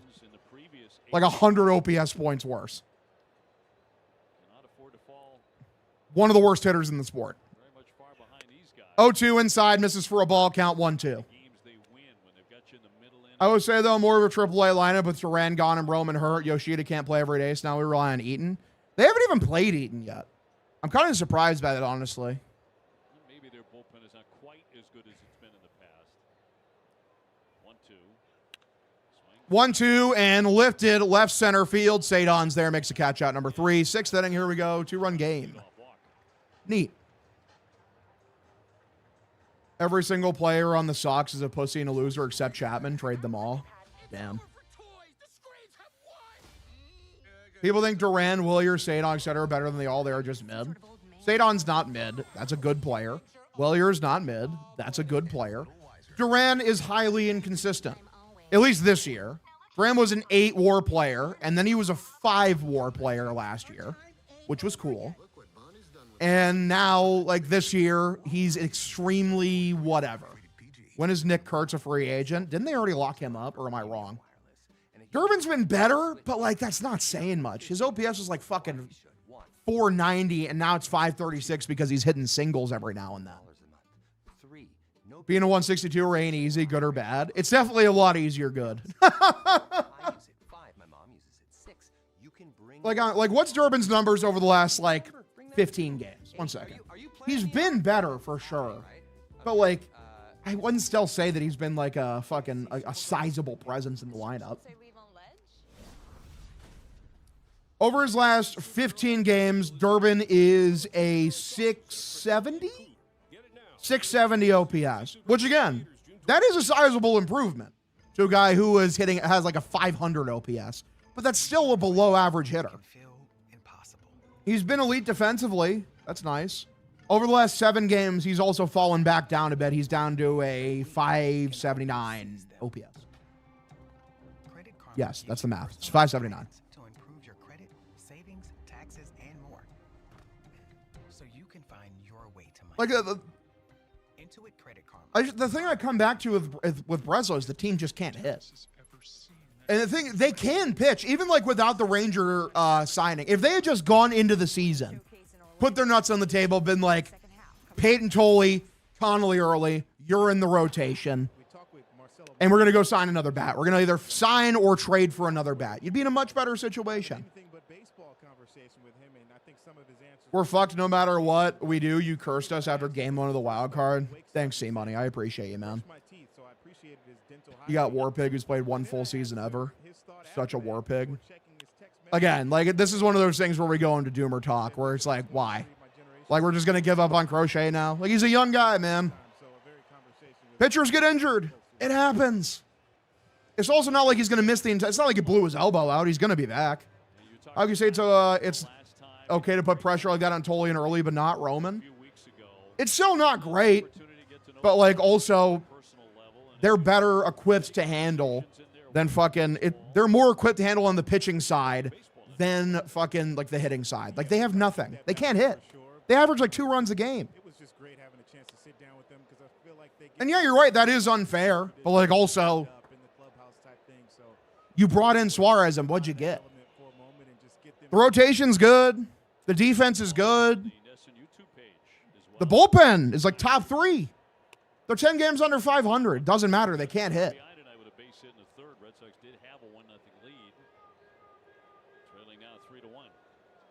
Roman has Meyer, Lamau. Crazy. Package of Durbin, Duran, Story, Cassis, and Bayo get us a bag of peanuts? No. Probably not. I wish they had Cassis coming back soon, man. But sadly, he's dead. I like this roster coming into the season. I liked what Breslow did. I blame the players not playing the way I wanted them to play. Going into the season, I liked the roster, but I also said it's deeply irresponsible to, you know, hinge the entirety of the organization on one guy. That third inning was the only inning. Didn't go 1, 2, 3, right? A couple of hits. Only had 2 in the game. It sucks that Duran is deeply regressed. Again, I wouldn't say Williers regressed. I think he's the same guy. I think Sadon's been playing slightly better, but is still the same guy. Contreras has been really good. Yoshida's Yoshida. Like, fucking, I didn't expect anything out of him this year. Durbin has been god fucking awful, bro. Anthony being good makes you a wild card team. Wow, awesome. That's the thing, too, is like, I think Anthony being good right now with how everyone else is playing makes them a wild card team. That's the thing, is like, if everyone played up to their ability, if Duran was playing like a 5 to 6 WAR player, well, yeah, you'd be in a much better position. I'll give Breslow that credit, or I'll give him that, like, that out. Duran has been very disappointing. He didn't hinge at all on Roman. He expected Abreu to step up. He expected Narvaez to be Narvaez. See, but you should have expected Narvaez to regress offensively. Under the hood, he was not good last year. He was a beneficiary of, you know, getting some good batted ball luck. Duran to be an all-star again, that's semi-fair. I think it's fair to be Duran to be a 4 to 5 WAR player. But again, like, we go back to the outfield logjam. Like, it affects these guys mentally. He ignored the mental aspect of the game, which is that these dudes aren't really able to get into a rhythm. You're cycling them through DH. You're also fucking just fucking benching him every now and then to get Yoshida in the lineup, which is like, God, why is Yoshida still here? I won't hear Narv. I like Narv, man. I do, but he's an elite defensive catcher. He has question marks at the plate. Like, under the hood last year. Like, let me look at his numbers last year. I'm, like, very sure he was due to regress. Like, if not significantly, like, at least noticeably. He should have seen that coming, being a gigantic computer analytics nerd. Like, this year, Narvaez, bad ball numbers, yeah, they're not very good. And last year, they're the same. Like, I'm looking at his batted ball numbers this year, in 2026. His xWOBA is damn near identical to what it was last year, which is 13th percentile. 13th percentile last year, his actual batting run value is 41st percentile. This year, it's the same, but, like, he hasn't been getting the batted ball luck, but he's still elite. He's among the elite defensively at everything. To the bottom line, and we're paying the difference. Ashley Henson back to an agenda that just makes things more expensive. I also don't need my catcher to be a good hitter. I really don't. Just don't be Connor Wong last year. Don't be a guy who's hitting at like a 400 clip. If you're hitting like fucking anything above like a 580 or 590, I can live with you as long as you're elite defensively. Crazy that Duran was an all-star MVP, an ABS superstar, and a Red Sox mediocre player. I like Narvaez, man. I do. But it's just under the hood, sadly. It's just not there. All I'm saying is we can still get hot. The season ain't over. Let Brez cook. Let the players play. I mean, I like the optimism. I do, because there's a lockout next year. And honestly, it's why, like, I'm not going full gung-ho screaming into everyone's ear about selling. Because realistically, if they have a good week of baseball, like one good week of baseball, where they win like 7 of 8, or like, 6 of 7 games, where they win like 6 or 7 games, get like 4 games below 500, you're legitimately like within a game or 2 of the wild card. What if there is no lockout? There's going to be a lockout. Now, there's an argument to be made, like, are they going to miss a full year, or do they miss like half a year? There is an argument for that, for sure. There's going to be a lockout. I can guarantee you there's going to be a fucking lockout. That was something that no one had ever seen before, ever. G League Winter Showcase in Orlando. Stay tuned for the second half. Baseball Savant. Let's go. Bottom 6, 3-1 Tampa Bay, and Austin Slater will start this year again. I don't know what's going on with Duran, man. All of his batted ball metrics are like in the shitter compared to years past. When they scored all their runs. Slater is 0 for 2. He has grounded a Opening day in June will hit like crack. Fuck me, man. 1-0 pitch from Tolley in the bottom of the 6th, top of the zone, taken for a strike. Count evens up 1-1. I do like that the stream has basically just been talk. Because, like, the game is so uninteresting. I so don't give a fuck about the game, bro. 1-1 for Tolley. Grounded, very weakly hit. Scooped up by Meyer. Throws to first, out number 1. Kraft saved the NFL back in the day. I'm sure it will happen with MLB. Huge. Bob Kraft to be a big salary cap guy. He would not spend $300 million in the Boston Red Sox. I'm just being so for real, bro.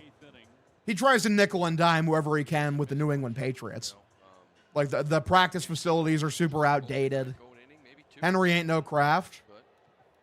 Forget about the plan. He's throwing the ball well, shutting down that lineup. Let him One away, bottom of the 6th. They can be stingy with guaranteed money. That pitch was taken above the zone. Called a ball, should be a strike. And they're going to ABS this, shockingly. We are going to be getting an ABS challenge in here. And I believe it's going to get overturned. And yes, it does. There we go. Good shit. Duran looks like he's depressed, TBH. I mean, yeah, he really hasn't been that good, so I'm not really too shocked about that. Plus, I know bro uses social media quite a bit, and people don't really have a ton of great things to say about him. It's also a bad month for him. He's going to be getting a bunch of extra shit on Twitter during fucking Pride Month. Who gets extended first? Willier or Tolley? Tolley, easily. I honestly don't know if they're going to extend Willier, man. I really don't. I feel like if they were going to do it, they would have done it by now. With a lockout next year, FSG can put all their focus on Liverpool. Oh, wait. 0-1. Here's the pitch. Way inside for a ball. Count evens up 1-1. Who's batting? Cedric Mullins, the number 6 hitter, is up right now. With 1 away, bottom of the 6th inning. 1-1. Fouls it back. You say Pat's facilities are crap or Sox? The Pats. So that's pretty stacked resources. You need to look at the latest, like the last version of the players report card that came out, where they talk about, like, comparatively to the rest of the league, like where, every team is sat at, and like practice facility and all that shit. The Pats graded out as an F. 1-2 popped up very weakly hit. Myers there makes a catch out number 2.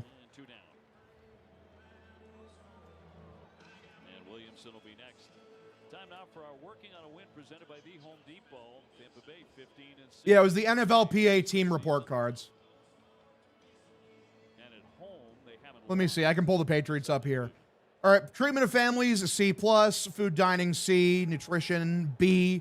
Locker room, C-. Training room, C-. Training staff, C+. Weight room, F. Just like fucking lackluster to downright, and then weight room is just like fucking terrible. 0-1, swung on, fouled off, count 0-2.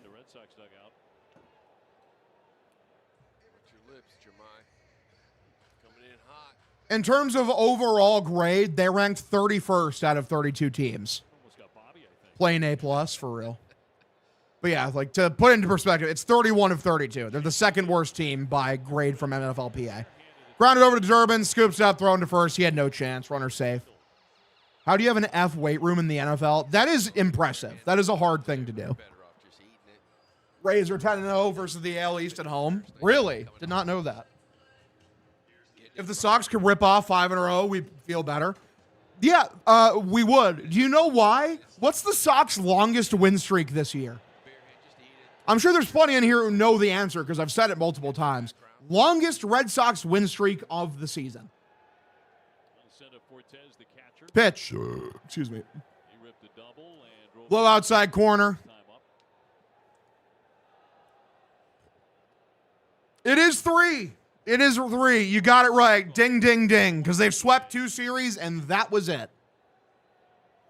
They have yet to win more than 3 games in a row. It's pathetic. They're genuinely pathetic. 15-game win streak. Imagine. It ain't the equipment, it's the heart of a player. Rocky Foreign Top. Like, listen, the Pats made the Super Bowl last year with an F weight room. I think the players are just saying the shit in here's old. Get better weights. Do we get a gold star? Both against AL Central teams, maybe we should move. I agree. Fenway Frank, going to be hard to find another Tom Brady. Well, yeah, they'll never find another Tom Brady. You don't just find the greatest quarterback in the history of football twice. Drake May is pretty damn good, though. I'll tell you that. I do love me some Drake May. I'm so looking forward to Patriots season this year, man. 1-2. He hits him in the leg, man. Fucking ow. Curveball inside. And he smoked him. Robert Kraft spends more money on low-grade handies than the team. That's crazy. Patriots built a new training facility. Let's go. We're back. Did that happen just this year? Let's go. They might have the Crafts might have seen the report card and been like, "Hey, here we go." Team that won so many Super Bowls should have an A+ and everything, no excuses. Yeah, it's a decent facility. Decent is not a glowing recommendation. It's funny. So 2-way here. Toley's at 89 pitches. They're going to let him try to get out of this inning. I mean, at the end of the day, like 6 innings, 3 earned is not that bad. Out of it. Hopefully he doesn't allow any more runs. At the end of the day, like this team's probably not winning no matter what. It doesn't matter what happens from here on, but we'll see. I'd argue Boston College has a nicer weight room still. Damn. Apparently BC is cooking. 2-way. Pitch from Toley. Swung on, lifted foul. I wouldn't be surprised if a lot of the players use the BC weight room, man. Diaz on deck. Nobody throwing in the Red Sox pen. This will be pitch number 91 for the lefty. 0-1 is the count here. And 2 out in the 6th. Pitch. Lifted. Left center field. Sadon charge again. Can't get to it. Thrown into the plate. Close play. And the runner scores. 4-1 ball game. I'm so over this game, man. I'm so over. Like, you're not going to win. You're going to lose. It's over. It's so over. This fucking forfeit. Oh, my God. The guys you would think here tonight with Peyton. Patriots in the locker room and weight room are progressing towards completion. Let's go. The ones that have really cost you have come with this bottom of the order. And now Tommy Canley. You know what they say, boys? Public shaming works. Turn the game off now. We're going to go watch some hockey. Have fun, buddy. Can run on a hot streak with this kind of starting rotation depth. Just need a few bats to get hot. And see, that's where you've lost me. Can they? Can a few bats get hot? What sucks is they really haven't shown the implication that they're able to do that. Cortez at second, Palacios on at first. It feels like every time they have a game, like they'll have one game where they rip off like 8, between 8 and 15 runs. And then they'll just go right back to being whatever. Can we come up, what name can we come up for with another one-run game? Who knows? I'm ready for the fake comeback. It's going to be awesome. Pitch. Swung on and missed for Yandy Diaz. Count 0-2. Can we get a strikeout here? Get out of the inning. This inning too started with Williamson with 2 outs swinging. At least Mitch Marner's playing like Wayne Gretzky in the Cup final. Good for him, man. Good for him. 0-2 swung on and weakly hit center field. Sadon comes in, makes catch out number 3. 7th inning, here we go for a 1-ball game. All right, we continue. I don't know, man. The thing is about Mitch Marner playing great in the in the Cup and also in the playoffs for the Golden Knights is fine. That's great. Good for him. It doesn't negate the experience of, what he did in Toronto, where he was genuinely horrible. Where in the biggest moments, in the deciding games, he was worthless every time because he was not built for it. He had to go to a place to which he perceived had a media and fan base that cared less to play better because he couldn't handle the pressure. Because he's just a little baby. He couldn't handle the bright lights of Toronto, so he had to leave. And good for him. I'm glad that with the lights dimmed, that now he can play good. Did he do it in Toronto? Did Toronto do it to him? No, he did, I'm sorry, I'm not letting him take the own. I will say, hockey is the only sport where a fan base caring is a negative. A fan base caring in hockey is a negative. It's like, oh, wow, the fans gave a fuck. So they provided too much pressure for the players to perform. In the NFL, you'd call that player a pussy. In the NBA, you'd call that player a pussy. In Major League Baseball, if a player comes to Boston and they crumble because mentally they can't handle it and the lights are too bright, you would call them a pussy. And I would call them a pussy. So I'm going to call Mitch Marner a pussy. You reading this, you watching this stream, have as many goals as Mitch Marner did in games 5, 6, and 7 of the playoffs as a Toronto Maple Leaf. Because he had 0, and you also have 0. 1 second, boys. I got to piss.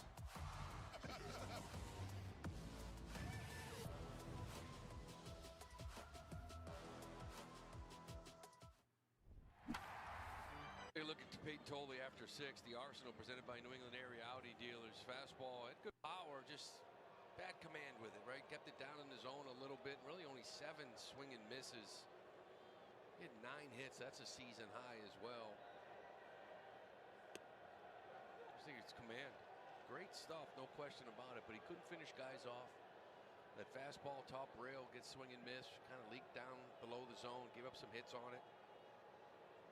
He was upset with himself when he came out. Abreu will tag that one to right center field. That one headed for the gap back toward the wall, and that's going to be off the fence. He digs for second base. He's there with a stand-up double. So Abreu, an extra base hit in a 4-1 game. Red Sox trying to make a charge here in the 7th. It's good to see him driving the baseball. Something we haven't really seen, and hitting a righty. Stays back nice and short to it. Kyle Schneider's going to take the slow jog out there, a slow walk, I should say, but it's one thing, Will, like the slugging percentage has been really down the last 25 games. Under 6, OPS under 600. I'm right back. Or I'm here. Let's go. I'm back. I'm back. Let's go. 13th double of the year. Snyder did. I will say also, I do think it's extremely funny. Like the Mitch Marner conversation. Toronto, this fucking evil city, this evil market. The players can't even walk around town. William Nylander takes the train to every single Leaf game. He's been spotted on the Metro because he just takes the train. He doesn't drive. He literally goes amongst the Toronto public, takes the train, and goes to every one of the games. And yet William Nylander never seems to have had a problem with the evil Toronto fan base and media like Mitch Marner did. Mind you, like, Nylander was on all of those teams that choked too. Now, he was the best of the bunch. Like, if you're going to rank Leafs core members by clutchness, Nylander is the most clutch, but he had his fair share of no-shows. 1-1 is the count here. Nobody out top of the 7th inning. See if Lady Red Sox and her boobs and cigarettes show up from time to time. That's crazy. Shout out Lady Red Sox, man. We love Lady Red Sox. Fake comeback initiated. Let's go. Mitch Marner is an Adelson product. Get out. Which autograph do you have in the background? Oh, it's a Joe Kelly. It's the Joe Kelly like fight. The Joe Kelly fighting incident. Pop up very weakly hit. First baseman's there. Makes a catch out. Number 1. Vegas is anti-sport. Those teams are sheer level corrupt, brother. Lather Sport Winnipeg. I got nothing against the Vegas Golden Knights. I just think they're a very well-run hockey team. Very, very well-run. They don't give a shit. They're willing to piss people off. They're willing to piss players off. They just want to win. I wish the Leafs operated more like them. Pitch for Yoshida. Grounded first baseman. Knocks it down. Underhands. And that's going to be out number 2.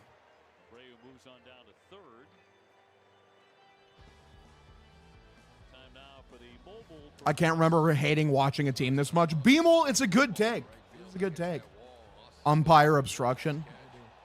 Diving into it to rob him of extra base hits. Martinez, he enjoyed it. That was leading off the inning. You know, Mickey leads off the inning. He's now 10 for 21. Two-way runner at third. 0% chance this runner gets hit in. 0. I'm willing to be surprised. Pitch. Outside corner, called for a strike, count 0-1. Did lead off in the 5th inning, flat out to right field before that he popped to short. Garrett Whitlock just back with the team after the issue with the knee. Hey, look, it's Garrett Whitlock. He's back. I love Garrett Whitlock. He's up in the pen.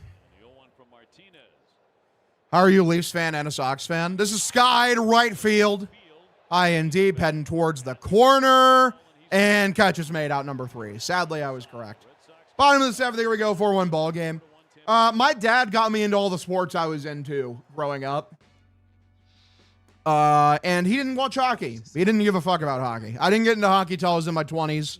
And that was because I got into hockey because of a hockey YouTuber whose name is Steve Dangle, and he was a Leafs fan. And I watched all of his videos, and I became a Leafs fan by proxy. And now whenever I watch them, they rip my heart out every fucking day. Shout out Gavin McKenna, though. Real city, real fans, real sports. Boston sports are horrific. Crazy. I'll take Boston sports fans over anybody, man. We've got a colorful collection. Very colorful collection. I've not played the new 007 game. I'm playing some more MLB The Show recently. I've had fun with that. Why is Martinez hyped to beat the Red Sox? Because why not, man? You know, maybe he was a Sox fan growing up. Wanted to, you know, shove it down our throat. And the playing field is always changing. Join Cohn Resnick as top industry executives open their playbooks for success. With game-changing insights to put It's like beating your kid in a race and bragging.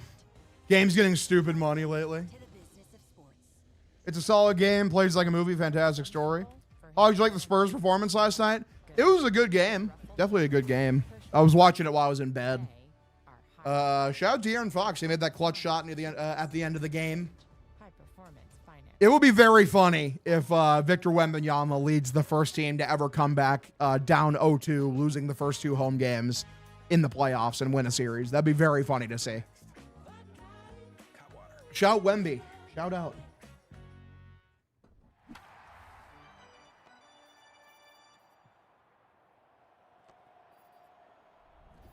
I'm watching the A's game. Want to see some long dongs? Valid. Ipswich boys lacrosse is forced to forfeit the semifinals after seniors posted a photo of them smoking cigars.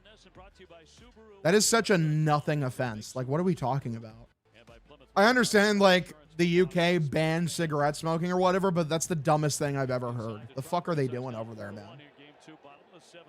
Knicks fans don't know how to act if they win or lose. Wemby's the best thing to happen to the NBA since Curry. True. Pitch, top of the zone, taken for a strike, count 0-1. Knicks fans are gross. Knicks fans are like just like any other fan base, man. They're rabid. They haven't won in a long time. It's whatever. I mean, also, to be honest, like, you don't know how many of those dudes are like actually Knicks fans or just like assholes with a fucking Knicks jersey on. Let's get some Southside Sox streams going. Please, anything would be better than this shit. Crazy. Tommy Canley is in, by the way. 0-2 count here in the bottom of the 7th inning. At least this game is, you know, flying by quickly. We bare minimum have that going for us. 0-2. Below the zone, misses for a ball, count 1-2. The school waited until 5 hours before the game to suspend the players. Dude, that's so stupid. So stupid. He hit the game-winning walk-off home run in the final game. And Albert called Every fan base has their bad actors. True. Is true. 1-2 pitch. Swung on, grounded up the middle, scooped up by the second baseman. Throws to first, out number 1. Good shit from IKF. Nice, easy play. New Yorkers rallying around the Knicks for the city's sake. Most of them could actually care less. Here's the thing, too, is like the Knicks are a team where they're good. So now there's a bunch of people who are flocking in, like pretending they've been Knicks fans the entire time. You know, like I saw Sneeko went to the event. Like I doubt Sneeko's like sitting down fucking 82 watching every Knicks game. You think we'll score at least 1 point or more? Is that too much to ask? Like I have no faith in them to do anything. If they did something, you know, hey, that'd be awesome. I'm down to be proven wrong for the team to just win. I've been to NYC one time, and I had a good experience. The pizza was pretty good. I need to try some more of it, though, because, you know, people told me it's the best pizza on planet Earth by a wide margin. And the pizza I ate was good, but it wasn't like, holy fuck, this is the best pizza kind of good, you know? managed only 4 hits last night. 0-2 count, bottom of the 7th inning. Spurs win tomorrow. For the sake of fun, I hope so. I hope they do. 0-2 pitch. And tries to check his swing, and he did. Count 1-2. Martinez 70 pitches through 7 innings. Fucking bad news bears in the field. It's overrated. IMO the pizza. Thing is, it's not like the pizza where I'm at, like, you know, in the Midwest is not exactly fucking great. Like, there's some good places, but nothing amazing. 1-2. Swung on and missed, strikes him out number 2. If you watch every 82 NBA games, then you deserve $1 billion. Well, hopefully I'm a billionaire next year then, because with the Sox, like, not coming on, chances are I'll probably start doing some fucking Celtics games. Don't think I'll be able to do all 82 because of the overlap with Patriots season. But I think definitely we'll be, you know, hopping balls deep into some Celtics action. Pizza Regina. Massive. 2-way, bottom of the 7th inning. Pitch. High outside corner, called for a strike, count 0-1. Can't fucking wait for Pat's season. I'm also quite excited for Pat's season. Bebop's would be a smash hit anywhere, man. It's a fantastic burger. It's an amazing fast food burger. Pretty cheap, too, honestly. It's like 13, you know, 12, 13 bucks for a double cheeseburger with a large fry and a drink. Starting with that Yankees series in the Bronx, actually starting right before that, the Baltimore series, then the Yankees, Tampa Bay, got Toronto coming up, Yankees again at Fenway for a 4-game series. 1-1 is the count, bottom of the 7th inning, pitch from Canely. Lined left field, that's a base hit. You see the back shoulder throw from Maida Brown at OTAs today, made me a little horny. Ooh, let me give this one a watch. I haven't seen this yet. That makes me, that's hot. I love that shit. Little back shoulder action. Get the inning to Austin Slater, who's gone 0 for 3. What happened 4th and 6th inning, too. You get a couple outs, and all the damage has been done with 2 outs in this game. Nah, I can't find it. God damn it. I need to find a beat reporter. I follow all of them. I can't believe I didn't get any of it on the timeline today.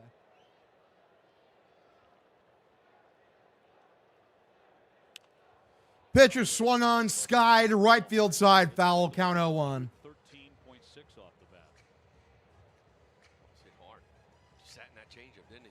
Guessed right. Yeah, Doug didn't have it. Oh, wait, yes, he did. Here we go.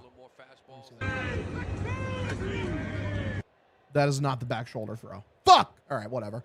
0-1, swung on, fouls it off. I'll try to find it later. A.J. Brown, anytime touchdown this season, so free. For real. Have you tried Shake Shack?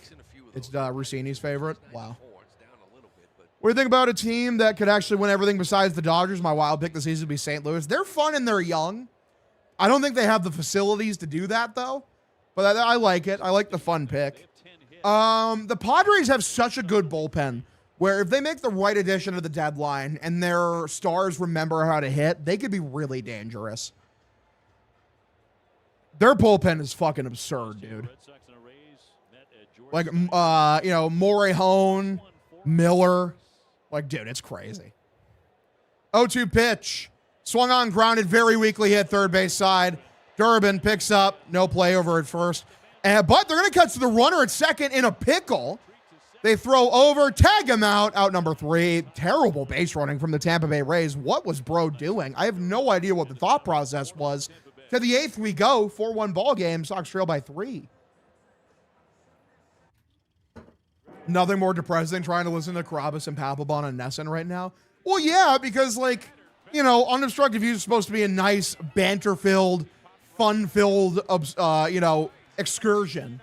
Like, what positive things do Carabas and Papelbon have to talk about right now? The team fucking stinks. To be fair, it's Ryan Valade, valid. Don't forget Chapman. Yeah, Chapman. I know the Padres are interested in Chapman. I'm interested to see like what they'd give up for him, honestly. TBQH, IMHO. Papelbon's a loudmouth? Yeah, but we knew that. Like, he lives up to his brand. It's what he was as a player.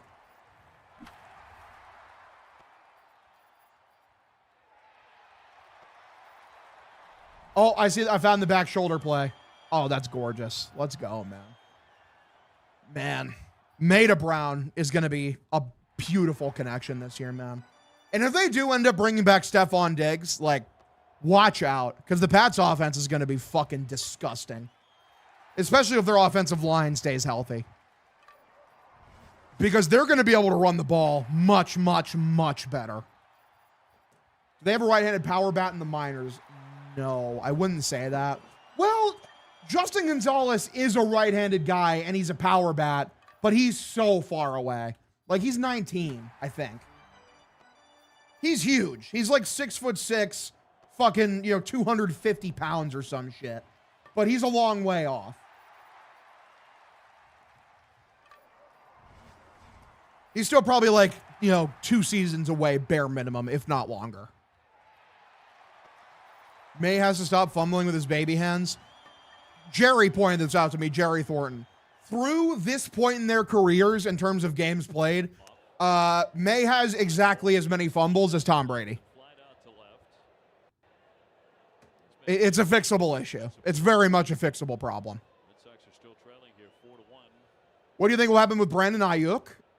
I mean, he's done with the Niners. There's no way he plays another game with the Niners. There we go, Durbin. He does something. Lines this one into left field. That's a base hit. Hog, do you sports bet? Yeah, for sure. I haven't been a lot recently because I've been putting more money on my car payment, so I've been operating with a bit less bread than usual. But yeah, I mean, I do be doing some sports betting every now and then.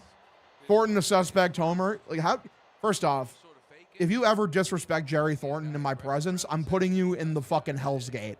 The WWE move, the Hell's Gate, and I'm choking you out. But listen, that's a real stat though. Like, Jerry may be slanted towards the Patriots and being positive, but that is a true stat. Like, he has the same amount of fumbles as Brady did. And, like, Brady was a young guy. Drake's a young guy. It's a fixable issue. Jerry's a great guy. I love Jerry, dude. Jerry's the best. This is lifted center field by IKF. IKF's been so good, man. IKF's been so good. Full credit to him. Like, I had negative expectations of him going into the year. And he's been a useful player. He has been. He's been a good defender. He's hitting the ball. You know, he's lacing a lot of base hits. He's throwing in a double every now and then. Good for him. Good for IKF. Very likable as well.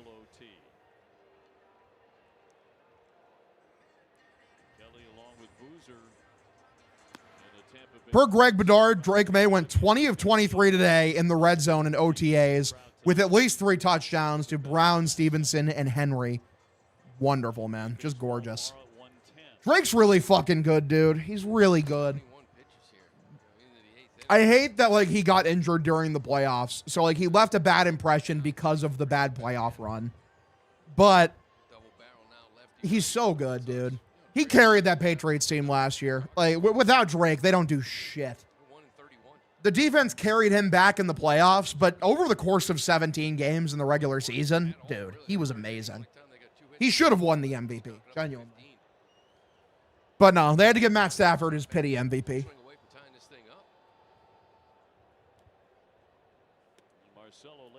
Thing is about like the NFL MVP is it's a very narrative-driven award. Very, very narrative-driven. They change year in, year out what they value based on, you know, who they want to win. Like in some years they value like the heavy analytical shit, like, you know, any yards per attempt, you know. This is grounded first base side. That's a fair ball. This is going to score at least one run. Marcelo over to second. That's a double. A second run scores, and just like that, it's a one-run game. Okay, there we go, boys. Marcelo Meyer, his second big hit in a row, like in terms of days, second day with a big hit. That's a better way to put it. 4-3 ball game. Trail by one. Hopefully not a fake comeback because they have a runner at second with nobody out. Big swing there for Marcelo Meyer because, man, it took an odd bounce. It literally hits off of the first base bag. That's why the first baseman couldn't field it. That's beautiful. I was wondering what happened there. A glancing blow off of first and good enough for a two-run double to bring Kelly on. And the Red Sox jump into the game. 3 consecutive hits here in the 8th inning. And we'll have more from the Trop in just a moment.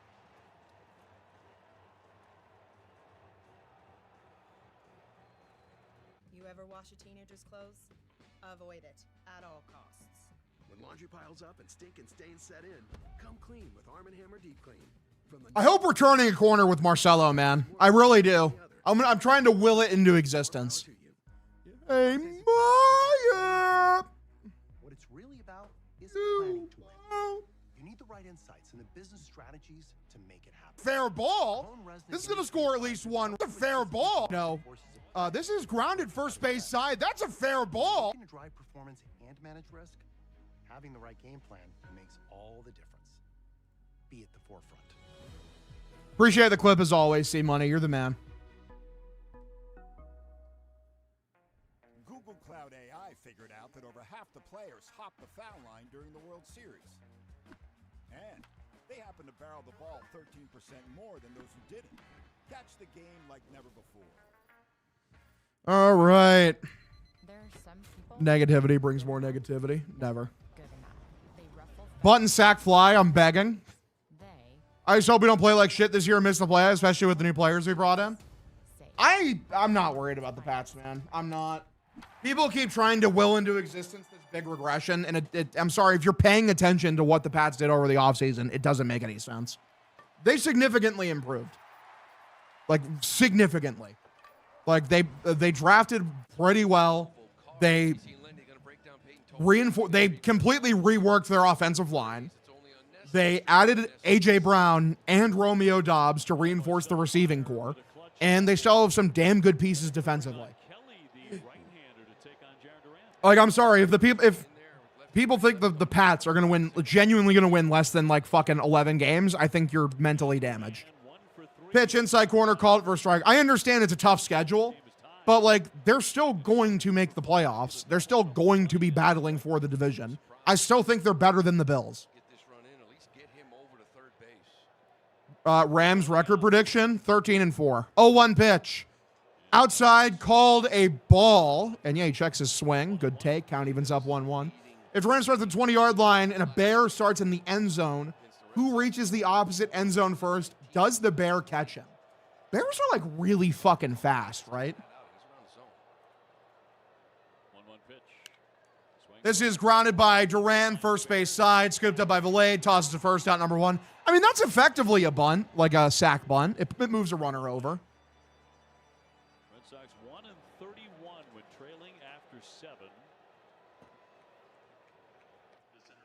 Can they do it tonight? They have the Tigers. I think Bears wanted like 25 miles an hour or some shit.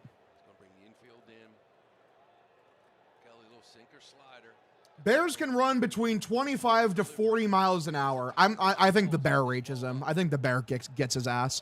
This is grounded right back to the second baseman. I thought it was off the pitcher. I completely lost track of where the ball was, boys. My bad.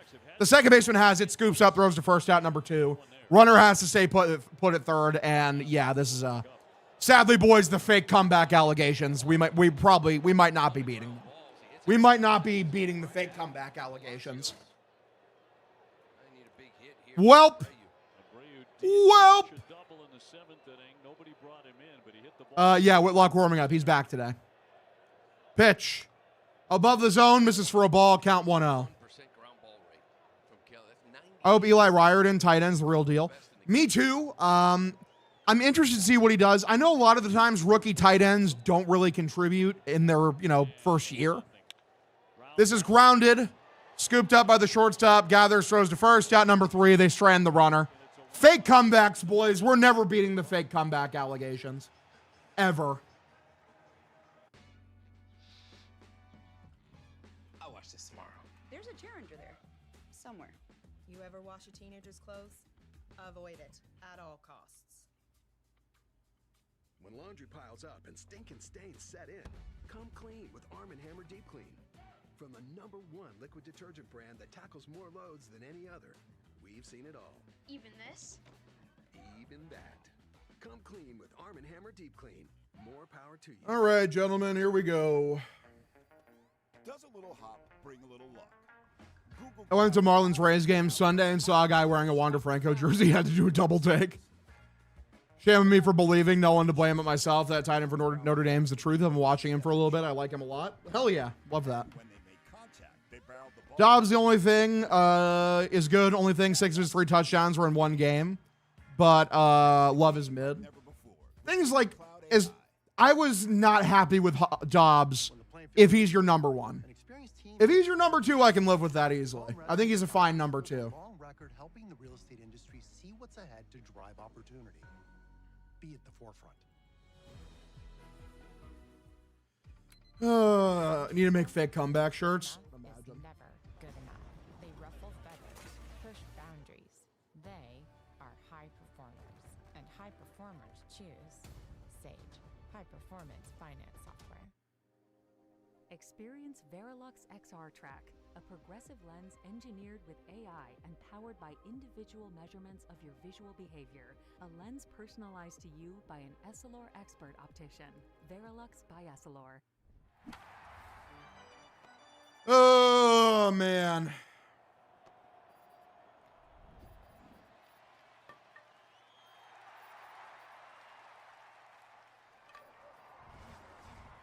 Pricing call to the bullpen. Garrett Whitlock back in the fold. He was just reinstated. Can't wait to strike out in the 9th with a man on second to end the game. What if we don't do that? For tonight's game, what if they win?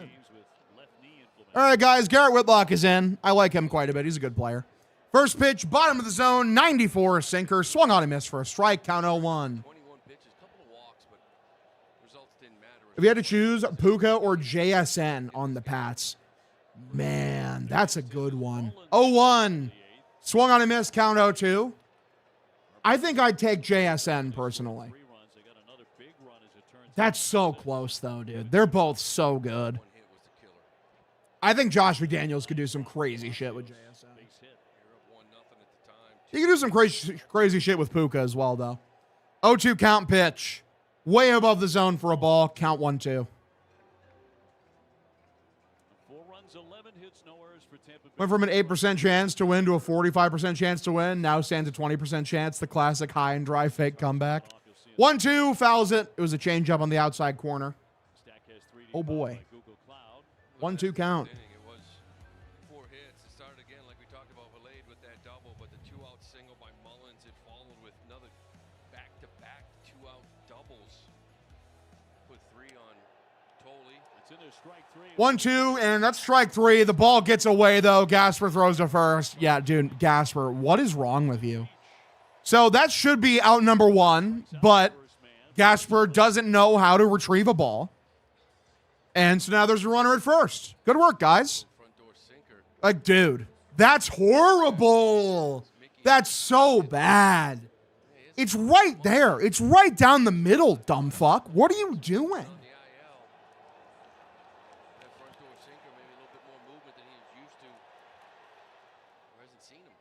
A couple of pass balls for Gasper tonight.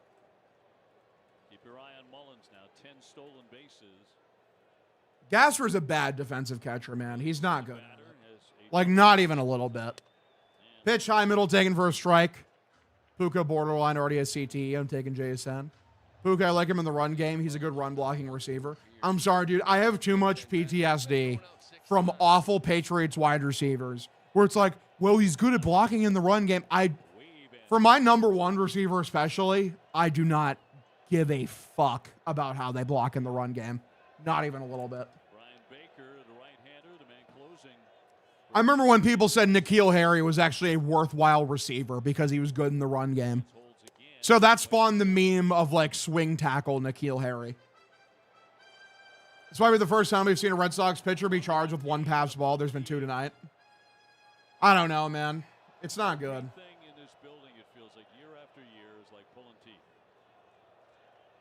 1-2 pitch. Swung on, slices it foul. Yeah, he's okay with the bat for sure. He cannot fucking at all. Peyton Tolle started tonight, went 6. He gave up 4 earned runs on 9 hits. Whitlock's 1-2 pitch. Runner goes. 1-2 laces this one. Shallow center. Sadon's there, makes a catch out. Number 1. They throw back to first, and they double off Mullins. Great throw from Rafaela. That's a double play. That was huge. I don't know what is going on with the Rays base running today. Mullins got way too over-aggressive. Oh, it's because he stole. He stole and he didn't realize where the ball was. Great throw from Sadon.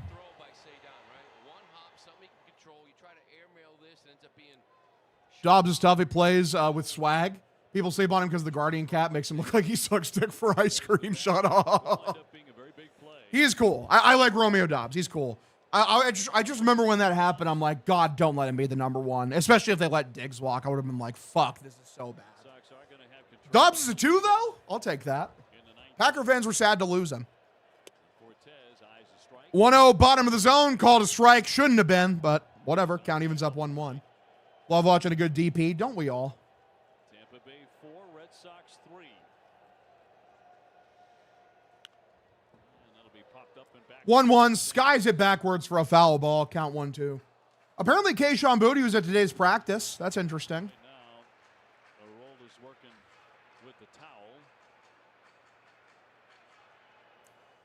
Maybe the Pats just won't trade Boutte. Maybe he sticks around. We'll see.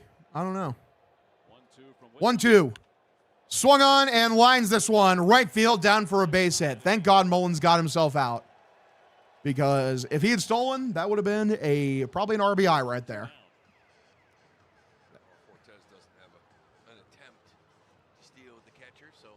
Reset's unlikely, but personally I'd be fine dumping Pop Douglas and bringing back Diggs. Yeah, Pop Douglas is a nothing receiver to me, man. He's just not very good. He's had a couple good games, but like he's not near enough consistent. He's not that. He's undersized. Like I'm good. Pitch. Bottom of the zone, taken, change up for a strike, count 0-1. Got 2 quick outs there in that 6th.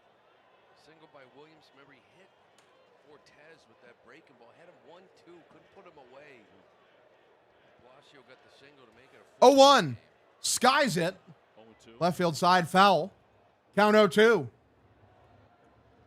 They've doubled up the Sox in hits 12-6. Do not want to see that man coming up with 2 base runners on.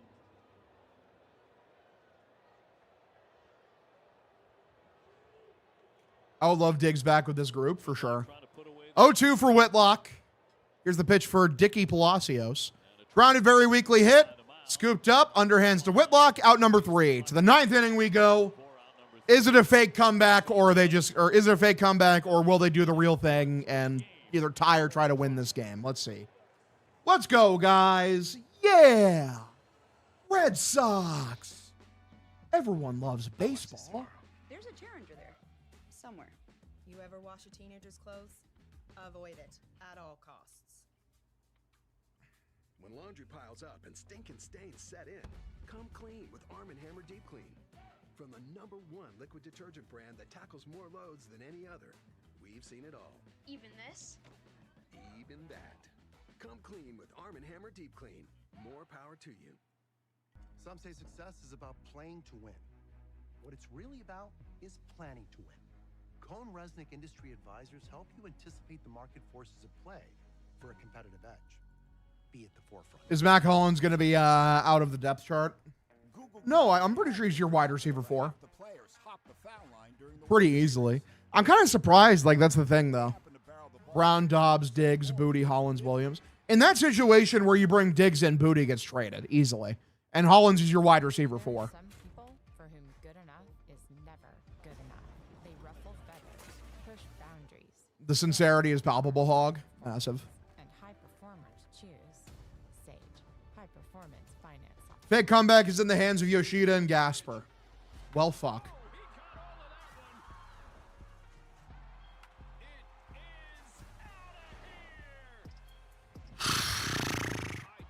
Let's get it, boys. Goop.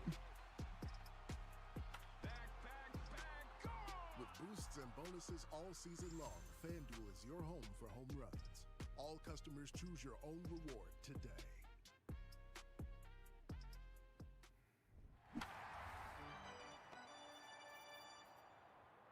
And 4 earned. Martinez, excellent. Okay, I want Pop to get cut. I'm kind of done with him. Would rather Chisholm than or anyone else get reps. Most Red Sox loss ever. When a Guerrero gets traded by the Sox if he has a strong month ahead of the deadline. No, they probably just make him the closer, man. Like you probably have under control probably for nothing if I had to guess. Let me check. This is swung on, skied, pretty weakly hit. First base or second base territory. Catches made out number 1.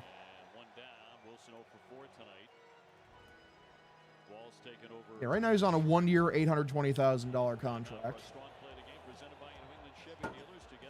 I mean, if he's good, you could probably get him under contract here for a couple years and just have a very, under market value, like setup man / closer. Keep it a 1-run game. 1 down in the 9th. Think we should trade for Pitts? Dude, I'd trade for Kyle Pitts easily. I think that guy, even if he never becomes what people thought he was going to be, I still think Kyle Pitts is a rock solid offensive tight end. And I think he would be a definite improvement over Hunter Henry. 1-1 count here. Baker looks in the pitch. Outside, misses for a ball. I mean, he had a solid offensive year last year.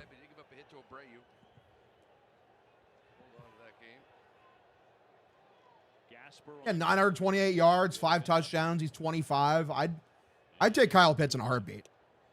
2-1 below the zone, misses for a ball. Count now 3-1. We need a tight end because Julian Hill's done for the season. Yeah, it is a bummer that he tore his knee apart or some shit.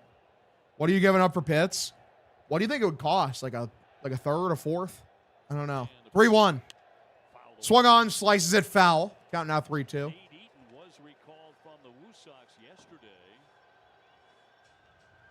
What's the current market value for a tight end on the market? That's the thing.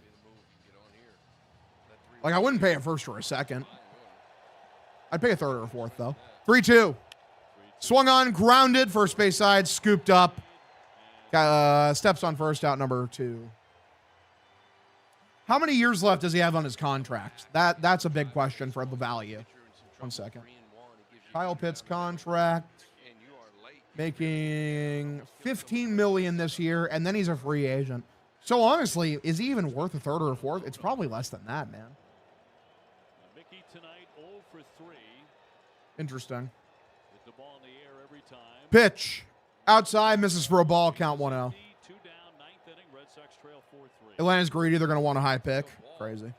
Last couple of times out, driven the ball. We saw him last night. Probably Michael Haymeyer from the Raiders. 1-0, grounded, very weakly hit by Gasper. Foul, count evens up 1-1. Very quickly, the Red Sox are down to the final out here in the 9th inning. Don't you guys love the fake comeback gimmick? Isn't it awesome? Sign and trade could be kind of cool. They need to get the Gonzalez deal done first. 1-1, swung on, fouled off, count now 1-2.